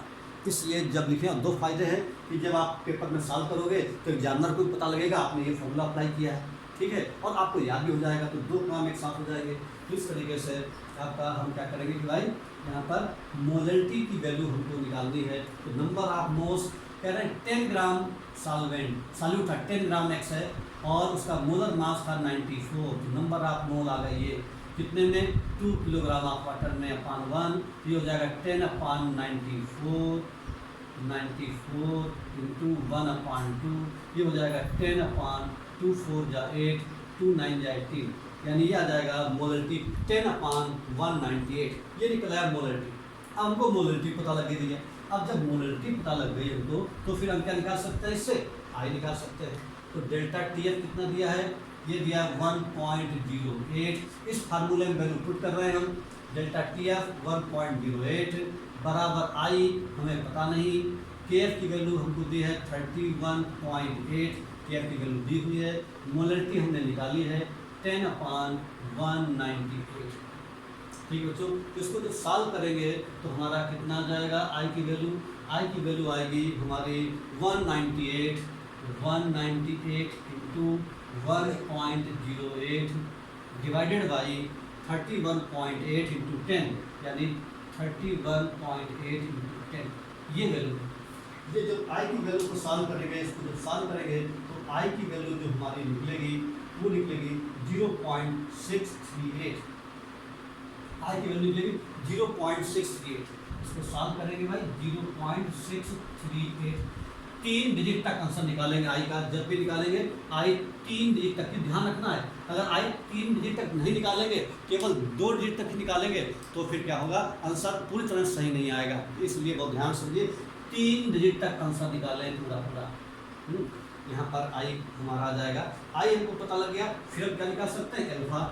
अब हमको आई पता लग गया, यहाँ से आई पता लग गया तो हम एल्फा निकाल सकते हैं। तो एल्फा का मतलब क्या होता है, डिग्री ऑफ डिसोसिएशन या एसोसिएशन है, ये हमको पता करना है। तो डिग्री ऑफ डिसोसिएशन या एसोसिएशन कौन सा है, एसोसिएशन है, क्योंकि आई की वैल्यू लेस देन 1 है, आई की वैल्यू बस 1 से लेस देन 1 है, तो इसका मतलब एसोसिएशन है। और वैसे भी हमको क्वेश्चन में पहले से दिया था डिग्री ऑफ एसोसिएशन निकालो, तो यहाँ पर कोई मतलब भी नहीं है, तो फिर भी हम प्रूफ के लिए जान सकते हैं कि भाई आई की वैल्यू 1 से कम आ रही है, इसका मतलब एसोसिएशन ही है। अब आई बराबर अगर 1 से कम है तो फार्मूला होता है हमारे पास आई माइनस 1 अपान n माइनस 1, तो ये फार्मूला है बच्चों, ये हम फार्मूला हम सॉल्व करेंगे, और जब ये फार्मूला हम सॉल्व करेंगे तो इससे हमको एल्फा की वैल्यू निकल आएगी। तो आई की वैल्यू कितनी दी है हमको, आई की वैल्यू बच्चों 0.638 माइनस 1 है, यहाँ पर 1 अपान n, कितने मॉलिक्यूल डिसोसिएट हो रहे थे, हमने देखा था 2x मिल करके 1 बना रहे थे, तो कितने मॉलिक्यूल डिसोसिएट हो रहे हैं, 2, तो n की वैल्यू आ जाएगी 2 माइनस 1। अब यहाँ पर जब सॉल्व करेंगे ऊपर माइनस कॉमन ले लेंगे तो अंदर हो जाएगा 1 माइनस 0.638, और यहाँ पर भी माइनस कॉमन लेंगे ये हो जाएगा 1 माइनस 1 अपान 2, ये माइनस से माइनस कैंसिल हो जाएगा। तो बच्चों एल्फा बराबर आ जाएगा 1 में से घटाएंगे हम 0.68, तो 1 में से हमको घटाना है 0.638, तो 10 में से 8 गया बचा 2, 9 में 3 गया बचा 6, 9 में 6 गया बचा 3, ये हमारा आ गया भाई 0.362, ये आ गया, तो ये हमारा आया 0.362, और नीचे कितना है 2 बन जाए 2 माइनस 1 में से 1 अपान 2 बचा 1 अपान 2 पहुँच जाएगा ऊपर, तो ये हो जाएगा आपका 0.362 इंटू 2 टू जा 4, 2 6 जा 12, कैरी ओवर 1, 2 3 जा 617 डेसिमल यहाँ पर आ जाएगा। तो ये निकला है अल्फा। अल्फा की वैल्यू निकला है 0.724। हमको निकालना है जब अल्फा डिग्री ऑफ डिसोसिएशन कहा जाए तो हमेशा परसेंट ऑफ डिसोसिएशन निकालेंगे। कई क्वेश्चन परसेंट ऑफ डिसोसिएशन लिखा रहता है, कहीं पर नहीं लिखा रहता है, लेकिन हम हमेशा परसेंट ऑफ डिसोसिएशन ही निकालेंगे। तो जो परसेंट ऑफ डिसोसिएशन आएगा, परसेंट ऑफ एसोसिएशन ये जो वैल्यू आएगी 0.724, इसमें हम 100 से मल्टीप्लाई करेंगे, परसेंट निकाल रहे हैं, तो ये हो जाएगा हमारा 72.4%। मतलब ये यानी जो कंपाउंड है वो इतने परसेंट एसोसिएट हुआ है, यानी 100% एसोसिएट नहीं हुआ है, बल्कि इतने परसेंट एसोसिएट हुआ है। तो इस तरीके से हम जान सकते हैं कि भाई कितना हमारा डिग्री ऑफ एसोसिएशन की जो अल्फा है, हमारा अल्फा की वैल्यू आ गई कितने परसेंट। ठीक बच्चों, इस तरीके से हम क्वेश्चन को सॉल्व कर सकते हैं और हमको इसका आंसर बदल जाता है। चलिए अब हम आगे क्वेश्चन करते हैं इसी पर बेस्ड, और देख लो एक बार, फिर रख करते हैं हम, रख करें। चलिए रख कर देता हूँ भाई। एक क्वेश्चन और देते हैं, deci molar solution of potassium ferrocyanide. Deci molar solution, deci molar solution of potassium ferrocyanide,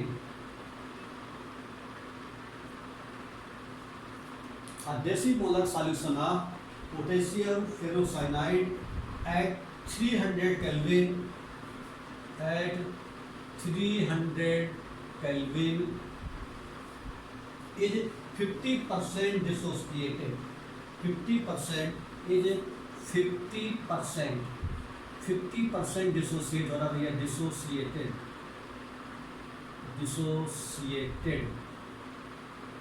50% dissociated। फिर कह रहा है calculate the osmotic pressure of the solution. Calculate the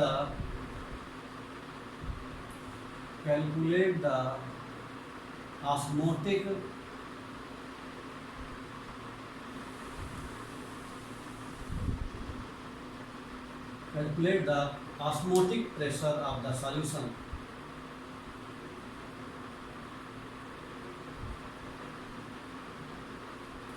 हमको ऑस्मोटिक प्रेशर निकालने के लिए कहा गया है, ठीक है। तो ऑस्मोटिक प्रेशर हमें निकालना है इसमें, ठीक है। ये सारी चीज़ें हमको दी हुई हैं, तो हम इसकी हेल्प से हम निकाल सकते हैं कि आपका जो कंपाउंड है उसका ऑस्मोटिक प्रेशर निकालना है। तो हम सबसे पहले ऑस्मोटिक प्रेशर का फॉर्मूला लगा लें। ऑस्मोटिक प्रेशर पाई बराबर I into C into R into T. I introduce करेंगे, ध्यान रखिएगा, वाटा फैक्टर इंट्रोड्यूस कर रहे हैं, तो आई डिसोसिएट हो रहा है। देसी molar solution of potassium 300 kelvin और 50% डिसोसिएट हो रहा है। 50% डिसोसिएट हो रहा है, इसका मतलब क्या है, अल्फा हमको दिया है, अल्फा बराबर 50%, इसका मतलब 50/100। 50/100 का मतलब कितना हो गया, 1/2, यानी अल्फा की वैल्यू है 1/2 अल्फा है। अल्फा अगर हमको पता हो गया तो अल्फा और आई में रिलेशन है, तो आई निकल सकता है यहाँ से। तो अल्फा बराबर कंपाउंड डिसोसिएट हो रहा है, तो डिसोसिएट हो रहा है तो अल्फा आई बराबर फार्मूला I-1/n-1 लगाया जाएगा। ठीक है, ये जो कंपाउंड है अल्फा बराबर I-1/n-1, हमको I की वैल्यू 1/2 पता है, n की वैल्यू हमें निकालनी रहेगी। अल्फा हमको 1/2 दिया है, I हमको निकालना है n का मतलब पोटेशियम फेरोसाइनाइड है कंपाउंड, इसको अलग करेंगे, K4FeCl का होल 6, जब ये डिसोसिएट होगा तो बनेगा 4K+ और प्लस FeCl का होल 6 1 2 3 4 4 फेरोसाइनाइड। तो यहाँ पर जो n की वैल्यू बच्चों आएगी तो n की वैल्यू कितनी आ जाएगी 5। तो n बराबर यहाँ निकलेगा 5, 4 ये है और एक आएंगे 4 1 5। तो अल्फा की वैल्यू है 1/2 बराबर i-1, n की वैल्यू है 5 -1, ऊपर आएगा i-1, नीचे हो जाएगा 4। तो यहाँ पर हो जाएगा हमारा, इसको सॉल्व करेंगे आगे, क्रॉस मल्टीप्लाई करेंगे तो ये हो जाएगा 2 × i-1 बराबर 4। तो 2 2 या 4, तो i बराबर 2 + 1 यानी i बराबर निकल आएगा 3, मतलब 1 से ज़्यादा है यानी डिसोसिएट हो रहा है। तो i की वैल्यू हमको पता लग गई 3। हमको यहाँ पर i पता चल गया, r हमको पता ही रहता है, t हमको पता ही है 300 केल्विन, c कंसंट्रेशन, कंसंट्रेशन है डेसीमोलर। डेसीमोलर का मतलब होता है जिसकी मोलरिटी 1/10 हो। सेमी मोलर कहा जाए तो मोलरिटी 1/2 है, ठीक है। इस तरह से अगर कहा जाए मिली मोलर तो मोलरिटी आपकी 1/1000 है। तो इस तरीके से अलग अलग आपका यहाँ पर, चूँकि खाली मोलर कहा जाए तो मोलरिटी 1 है, तो डेसी मोलर का मतलब मोलरिटी उसकी 1/10 है। तो मोलरिटी की जगह रखते हैं हम लोग 1/10, मोलरिटी हमारी पता चल जाएगी। और मोलरिटी हमको पता चल गया, इसको सॉल्व कर लेंगे तो हमारा आंसर निकल आएगा। तो यहाँ पर हम क्या करेंगे, मोलरिटी यहाँ पर देखने के बाद ध्यान से इसको रब कर दे रहे हैं इधर 3% को। यहाँ पर मोलरिटी यानी जो कंसंट्रेशन दिया है C की वैल्यू, यानी C दिया हुआ है आपका 1/10 m, मतलब मोलरिटी यानी जो कंसंट्रेशन मोलरिटी होना चाहिए। हमने पहले ही फार्मूला में बताया, C का मतलब होता है मोलर कंसंट्रेशन यानी मोल्स पर लीटर। तो यहाँ पर C रखेंगे तो ऑस्मोटिक प्रेशर पाई बराबर I की वैल्यू निकाली हमने 3, कंसंट्रेशन है 1/10, C हो गया, R की वैल्यू है 0.082 और टेम्परेचर है 300 केल्विन। ये 0 से 0 कटा, अब इन सबको मल्टीप्लाई करेंगे तो जो पाई की वैल्यू आ जाएगी वो हो जाएगा 7 पाई बराबर 7.38 एटमॉस्फेयर। ये आंसर आ जाएगा हमारा। इस तरीके से ऑस्मोटिक प्रेशर हमारा निकला है। इस तरीके से हम ऑस्मोटिक प्रेशर भी निकाल सकते हैं इस फार्मूले के थ्रू, ठीक है बच्चों। अब हम 1-2 न्यूमेरिकल और करेंगे आपके एनसीईआरटी में जो सॉल्व एग्जाम्पल हैं वो, ठीक है। फिर आपके बाकी टेक्स्ट बुक पे या जो बाकी बचे हुए एग्जाम्पल सॉल्व एग्जाम्पल लगाइए। इन टेक्स्ट क्वेश्चन है, इन टेक्स्ट क्वेश्चन जो अनसॉल्व है उनको लगाना है, और पीछे टेक्स्ट बुक के क्वेश्चन लगाना है। एनसीईआरटी का एक क्वेश्चन चाहे वो थ्योरी हो चाहे न्यूमेरिकल हो जरूर लगाना है। अगर इतना आपने काम कर लिया, एनसीईआरटी को खूब अच्छी तरह से पढ़ लिया तो बोर्ड में तो आपके बहुत अच्छे मार्क्स आएंगे ही, साथ में आईटी मेंस आराम से क्वालिफाई हो जाएगा केवल एनसीईआरटी को पढ़ने से। केमिस्ट्री की एनसीईआरटी बहुत अच्छी है।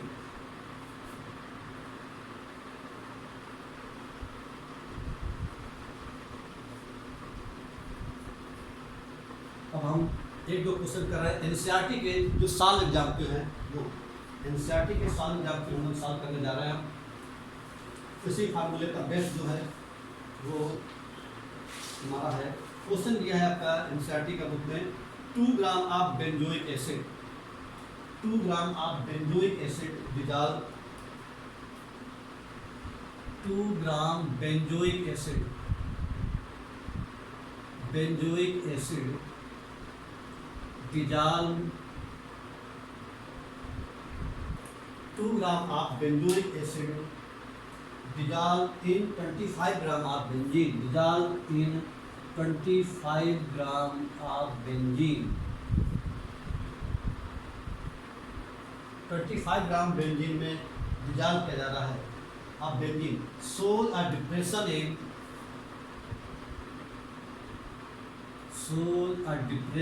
in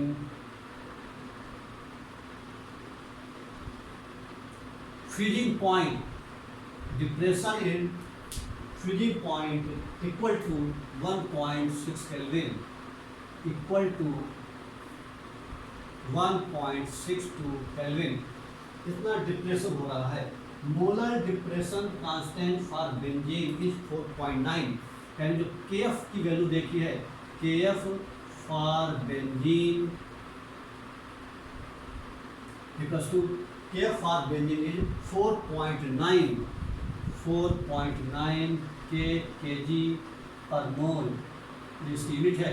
तो के भी हमको दिया हुआ है, ठीक है। पूछा गया what is the percentage association of acid, what is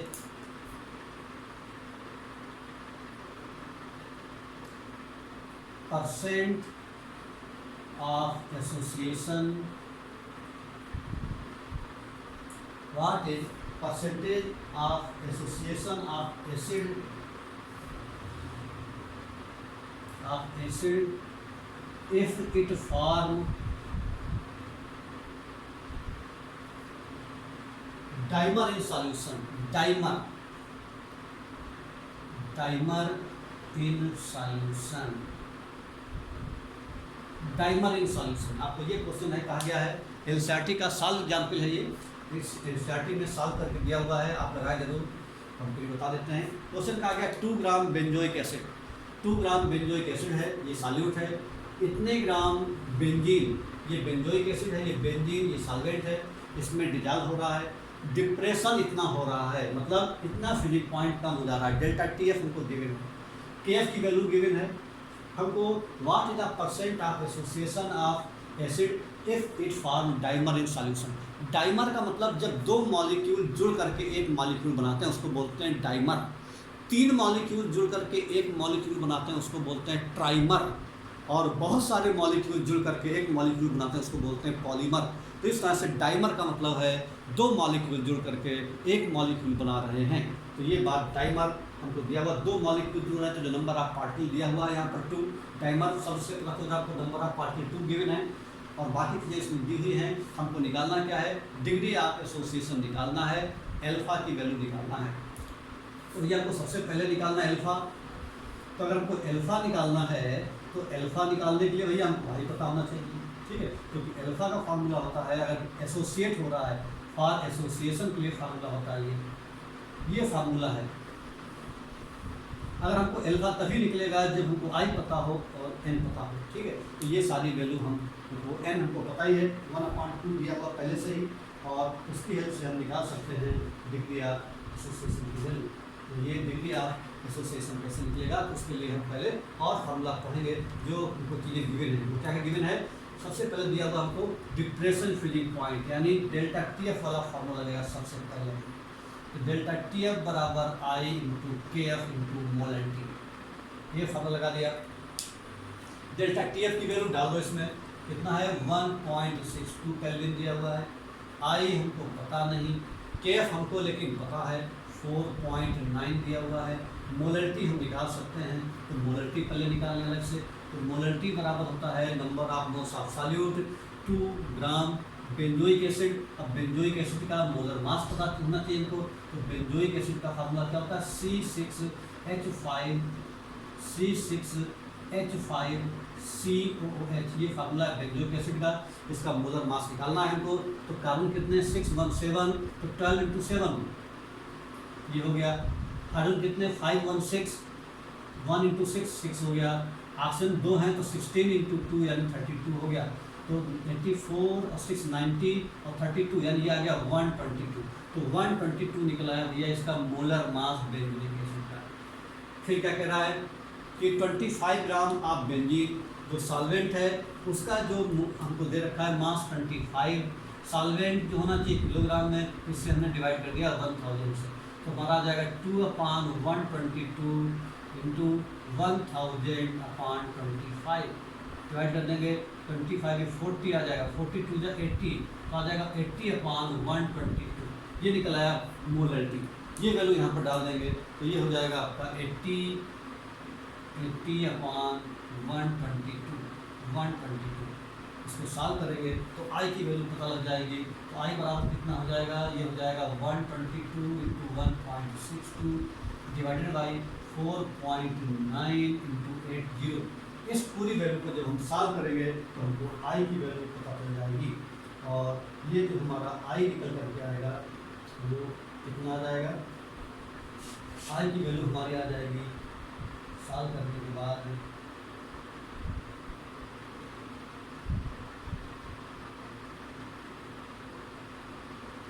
solve करेंगे हम पूरी वैल्यू को, आई की वैल्यू को। तो अब आई की वैल्यू को जब सॉल्व करेंगे तो सॉल्व करना पड़ेगा इसको।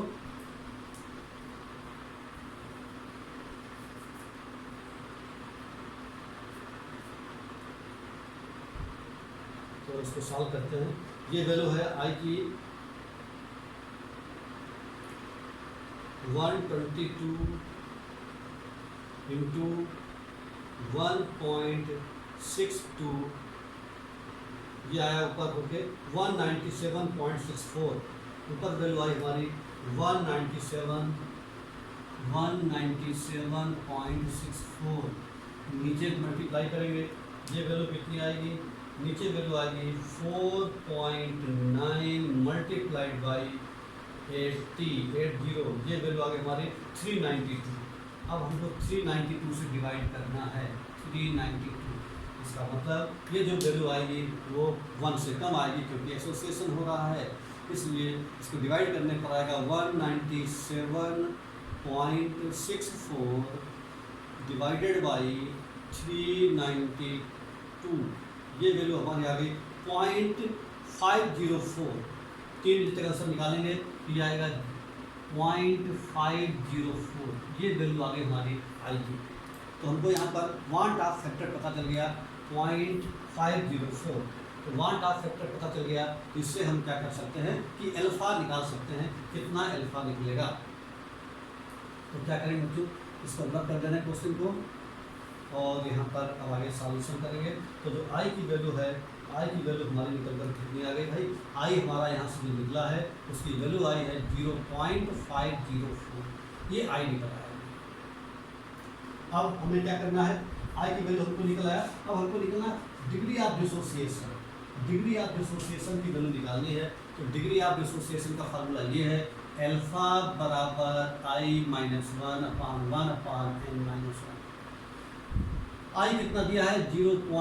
यहाँ पर पहले हम कॉमन ले लेंगे माइनस, ये हो जाएगा 1 माइनस आई, और यहाँ पर कॉमन लेंगे तो हो जाएगा -1 - 1/n। ये करके 1 माइनस आई, आई की वैल्यू कितनी 0.504 अपॉन 1/n। क्योंकि डाइवर बना रहा है तो n की वैल्यू 2 - 1 सॉरी 1 - 1/2 तो कॉमन ले लिया हमने। तो यहाँ पर हो जाएगा 1 - 1/2, ये वैल्यू आई। तो यहाँ पर आई अल्फा कितना आ जा रहा भाई, 1 में से घटाएंगे तो 1 में से घटाना पड़ेगा, कितना बचेगा, ये 1 में से माइनस करेंगे तो 1.000 पॉइंट पीछे पॉइंट रखेंगे 504। 10 में 4 गया बचा 6, 9 में 0 गया बचा 9, 9 में 5 गया बचा 4, 0.496। तो 0.496 निकला।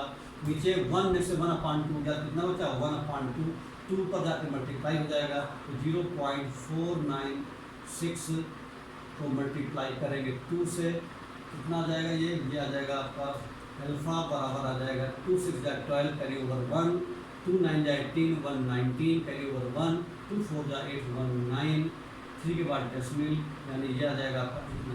परसेंट पूछा गया है, परसेंट नहीं पूछा था तो भी परसेंट निकालते, ये आ जाएगा 99 एंड 100 से मल्टीप्लाई करेंगे ये हो जाएगा 99.2%। ये हमारा निकला परसेंट डिग्री ऑफ एसोसिएशन, यानी इतने परसेंट एसोसिएट हो रहा है, ये बात हमको पता चल गई। ठीक है बच्चों, तो इस तरीके से ये हमने आपका पहला एग्जाम्पल, सॉल्व एग्जाम्पल जो था बुक में दिया हुआ है आपका, आप देखेंगे उसको। तो इस तरीके से ये वाला हमारा एग्जाम्पल है, ये निकल करके आ जाएगा। देख लीजिए एक बार, जो दिक्कत हो उसको पूछ सकते हो आप लोग बाद में।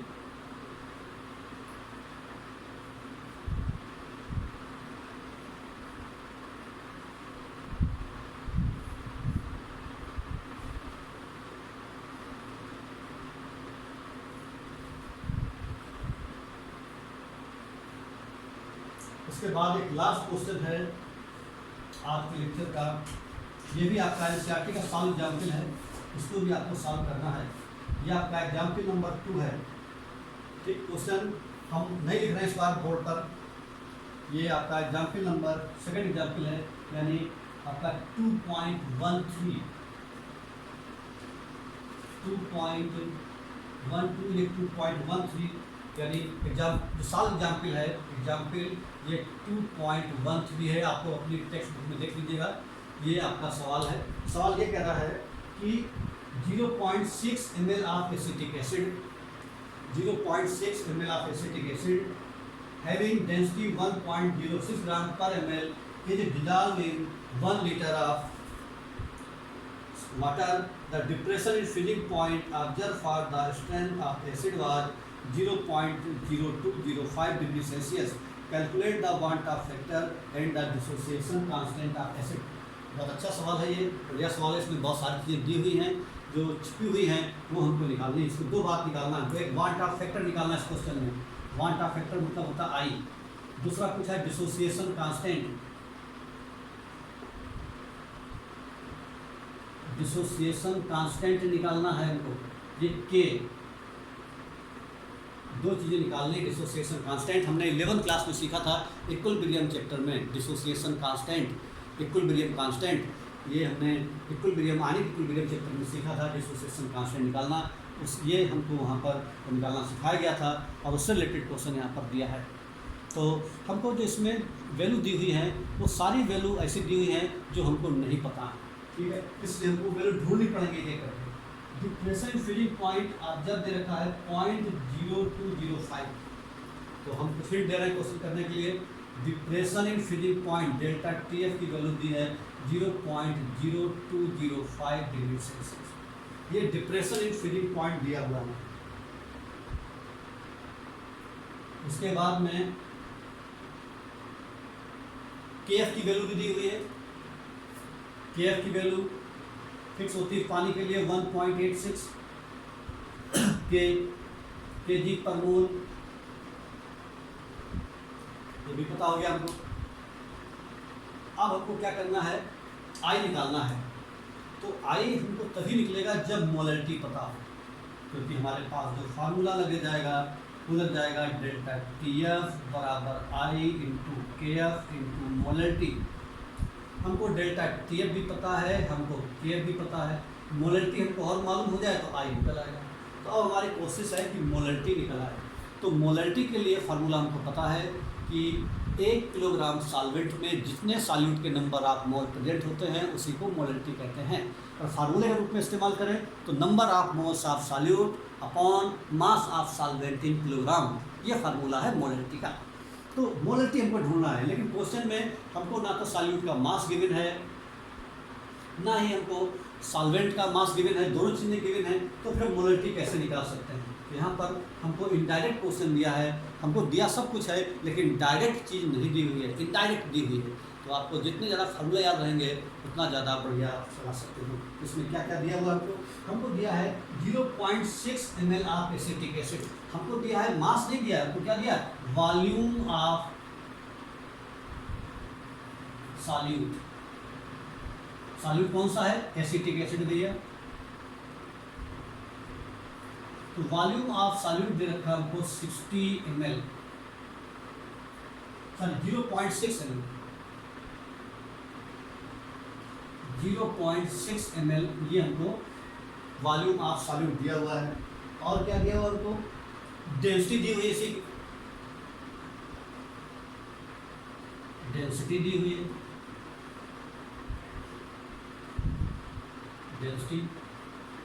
डेंसिटी कितनी दी है, 1.06 ग्राम पर ml, 1.06 ग्राम पर ml, ये डेंसिटी दी हुई है, ठीक है।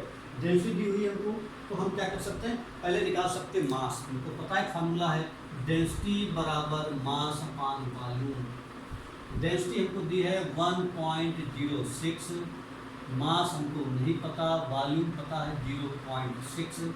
इसको मल्टीप्लाई कर देंगे तो हमको निकल आएगा आपका मास। तो मास निकल आया हमारा, ये मास ऑफ सॉल्यूट निकल आया 1.06 इंटू 0.6, मास ऑफ सॉल्यूट निकल आया, ठीक है।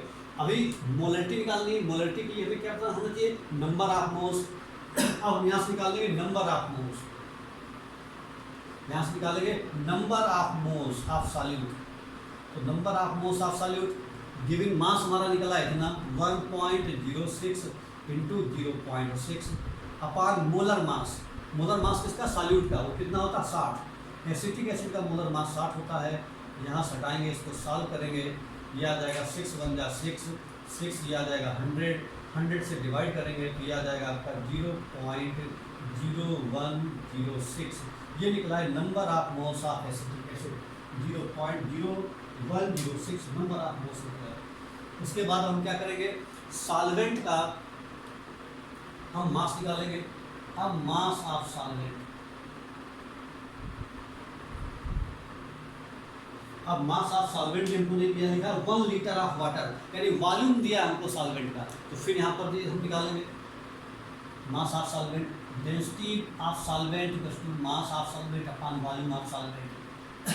मास ऑफ सॉल्वेंट हमको नहीं पता, निकालना है। वॉल्यूम ऑफ सॉल्वेंट लिखा है 1 लीटर या 1000 ml, एक ही बात है।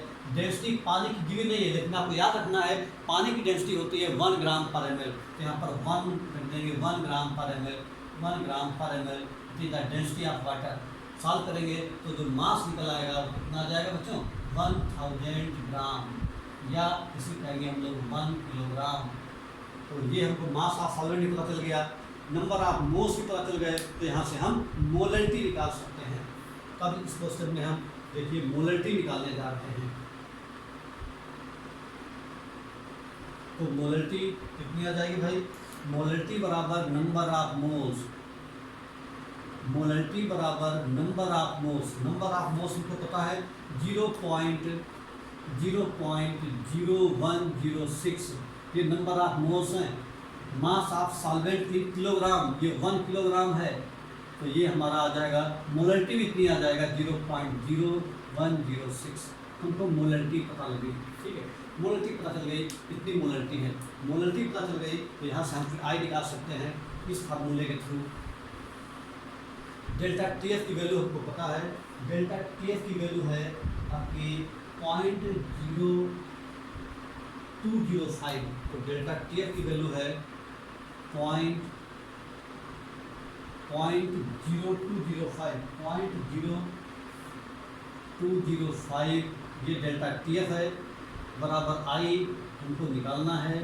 KF की वैल्यू हमको दिया है 1.86 इंटू मोलरिटी की वैल्यू हम निकालें 0.0106, तो यहाँ से आई निकल आएगा, आई बराबर हो जाएगा 0.0205 अपॉन 1.86 इंटू 0.0106। ये सारी वैल्यू को जब हम सॉल्व करेंगे तो हमारा जो आई है, आई की वैल्यू हमारी निकल आएगी। तो आई की वैल्यू हमारी कितनी निकलेगी, आई की वैल्यू हमारी निकल आएगी सॉल्व करने पर 1.041, तो ये हमारी वैल्यू निकल आएगी 1.041। ये आई का मतलब ये है आपका कंपाउंड 1.041 यानी ग्रेटर देन 1 है, इसका मतलब कंपाउंड डिसोसिएट हो रहा है, यानी ये आई की वैल्यू निकल आई।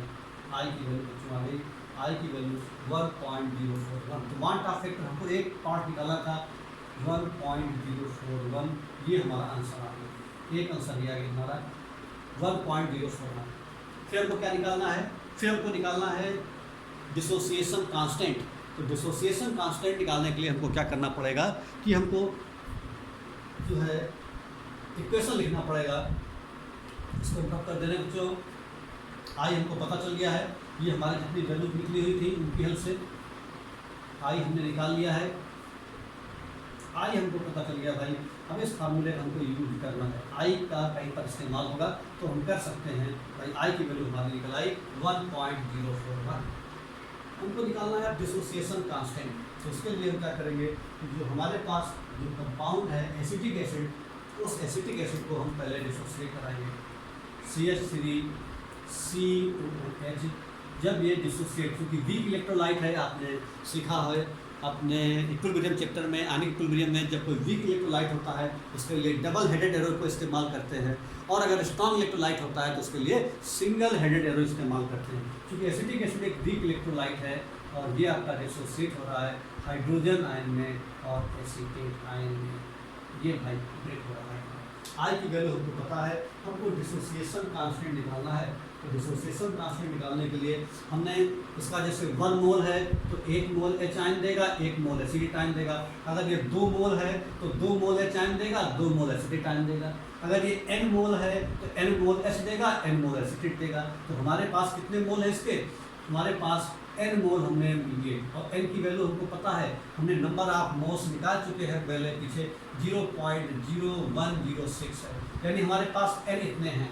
फिर हम यहाँ पर अभी n मान ले रहे हैं, बार बार ये वैल्यू पुट करनी पड़ेगी क्योंकि बड़ी है, कैलकुलेशन थोड़ा सा कॉम्प्लिकेटेड रहेगा। तो हमने n मान लिया, बाद में n जगह ये रखेंगे। तो जब रिएक्शन में t बराबर 0 होता है तब यहाँ पर सभी में 0 मोल बनते हैं, और जब इसका मोल डिसोसिएट हुए अल्फा तो ये हो जाएगा आपका n अल्फा, तो ये भी हो जाएगा बच्चों n अल्फा। और यहाँ पर कितना हो जाएगा n, यहाँ पर हो जाएगा 1 माइनस अल्फा, यानी n में से इसको ऐसे कर सकते हैं, समझ सकते हैं कि n में से n अल्फा डिसोसिएट हो गया तो n कॉमन ले लिया तो अंदर बचा 1 माइनस अल्फा, इस तरीके से। तो ये हुआ n 1 माइनस अल्फा, ये हो गया n अल्फा और ये हो गया बच्चों n अल्फा। अब हमको क्या करना है, डिसोसिएशन कांस्टेंट निकालना है। आपको पता है जैसे इक्विलिब्रियम कांस्टेंट निकाला जाता है, कैसे निकालते हैं, इक्विलिब्रियम कांस्टेंट या डिसोसिएशन कांस्टेंट जो डिसोसिएट हो रहा है ये हो जाएगा concentration of H ion into concentration of acetate ion upon concentration of acetic acid. ये चीज़ हमको 11th क्लास के फार्मूले से पता है। अब हमको एच आयन कंसंट्रेशन की वैल्यू कितनी दी हुई है, n अल्फा, और ये भी कितना है n अल्फा, और ये कितना है n 1 माइनस अल्फा। तो ऐसा करने से डिसोसिएशन कांस्टेंट बच्चों निकल आएगा। ये n से ये n कैंसिल हो गया, तो हमारे पास क्या बच गया, हमारे पास बच गया n अल्फा इंटू अल्फा, नीचे बचेगा 1 माइनस अल्फा। ये वैल्यू हमारी आ गई। n का वैल्यू रख लीजिए, n की वैल्यू हमको पता है 0.0106। अब यहाँ पर हम आगे n की वैल्यू रख दे रहे हैं, यहाँ पर n की वैल्यू, तो k बराबर n alpha into alpha into n alpha, ये वैल्यू दी है, और यहाँ पर 1 माइनस अल्फा दिया है। n की वैल्यू है 0.0106 इंटू,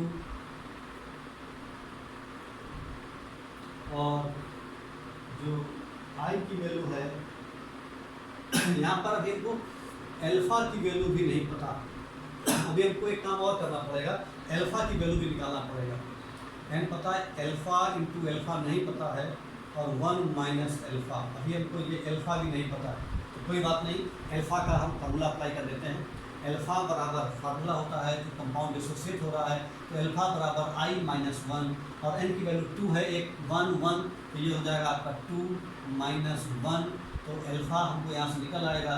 i की वैल्यू है 1.041 माइनस 1 और नीचे 1, तो अल्फा की वैल्यू आ जाएगा 0.041, ये अल्फा निकल आया, ये बच्चों अल्फा निकल आया। यहाँ पर एक लाइन और बढ़ा देना है, तो अल्फा की वैल्यू यहाँ पुट कर देंगे, तो हम इसको रख कर दे रहे हैं भाई, ब्रेक में पड़ रही है इसलिए।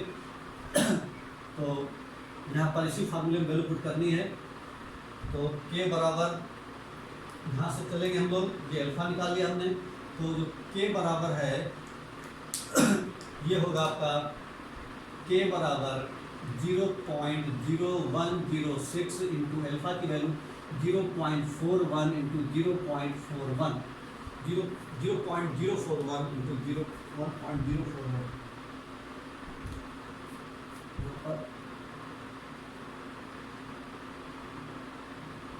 अपॉन 1 माइनस अल्फा, 1 माइनस 0.041, ये वैल्यू, ये सॉल्व करेंगे। इसको जब सॉल्व करेंगे तो हम क्या कर सकते हैं, इसको हम साइंटिफिक मेथड में लिख सकते हैं, इसको लिख सकते हैं हम लोग 1.06 इंटू 10 की पावर माइनस 2, इसको लिख सकते हैं अपन 4.1 इंटू 10 की पावर माइनस 2, इसको लिख सकते हैं अपन 4.1 इंटू 10 की पावर माइनस 2, ये हमने लिख दिया। इसको हम जब सॉल्व करेंगे 1 में से, तो 1 में से इसको घटाएंगे, तो 1 में से ये घटाएंगे तो वैल्यू कितनी आएगी, ये वैल्यू घटाएंगे 1 में से तो 1.000 में से 0.041 माइनस करेंगे। 10 में 1 गया बचा 9, 9 में 4 गया बचा 5, 9 में 0 गया बचा 9, फिर 0.959 यहाँ पर बचा 0.959, ये वैल्यू आ गई। अब इसको और आगे सॉल्व करेंगे हम। तो इसको सॉल्व करेंगे आगे तो बच्चों क्या निकलेगा कि ये जो के की वैल्यू है जिसको हम डिसोसिएशन कांस्टेंट कह रहे हैं, ये 1.06, ये 4.1 इंटू 4.1 इसको मल्टीप्लाई कर देंगे, ठीक है। और ये हो जाएगा हमारा पावर 10 की पावर -2 -6 हो जाएगा। इधर हमारा हो जाएगा 9.59 इंटू 10 की पावर -1 लिख सकते हैं इसको, ठीक है। अब हम इसको मल्टीप्लाई करने जा रहे हैं। इसको जब मल्टीप्लाई करेंगे तो हमारा क्या आएगा भाई, इसको मल्टीप्लाई करने पर हमारा वैल्यू जो निकलेगा वो निकलेगा, एक सेकेंड अभी सॉल्व करता हूँ।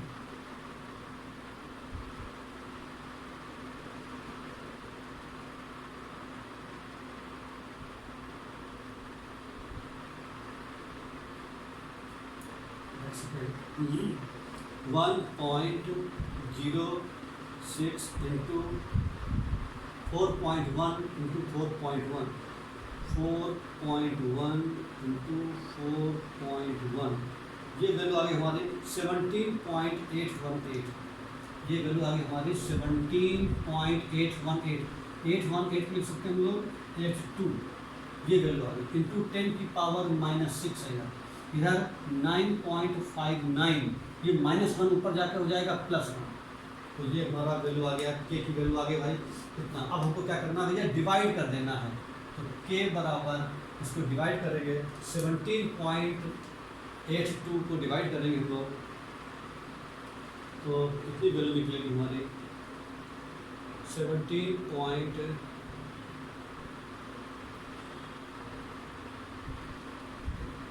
इसको डिवाइड करेंगे 17.82 divided by 9.59 equals to 1.858 into 10 की पावर -6 मतलब -5, यानी अप्रॉक्स करके लिखें तो ये के की वैल्यू आ जाएगी 1.86 इंटू 10 की पावर -5। इस तरीके से ये आपका डिसोसिएशन कांस्टेंट हो गया, ठीक है बच्चों। तो इस तरीके से आप अब बहुत सारे सवाल हम कर सकते हैं। आपकी बुक के, आपकी जो एनसीईआरटी टेक्स्ट बुक है उसके सारे सवाल लगाइए करके, जो ना है उसको पूछिए। तो इस तरह से ये चैप्टर आपका खत्म हुआ। अगले चैप्टर में हम लोग पढ़ेंगे एनसीईआरटी लेवल पर, शुरुआत से फिर पढ़ेंगे आपका सॉलिड स्टेट चैप्टर पढ़ेंगे एनसीईआरटी लेवल पर बेस्ड, ठीक है बच्चों। इसमें आपको बहुत ध्यान से पढ़ना है कि एनसीईआरटी की पूरा एक सवाल सॉल्व करना है, चाहे वो इंटेक्स्ट क्वेश्चन हो, चाहे सॉल्व एग्जाम्पल हो, चाहे अनसॉल्व एग्जाम्पल हो। जो नहीं आए उसको पूछो। हाँ, एनसीईआरटी में कुछ क्वेश्चन बहुत आसान है और कुछ क्वेश्चन कठिन भी हैं, ये भी ध्यान रखना। तो आपको पहले आसान करने हैं, ठीक है, फिर जो नहीं आए उसको पूछना है, क्योंकि बहुत अच्छे क्वेश्चन दिए हैं एनसीईआरटी में। ओके बच्चों, थैंक यू।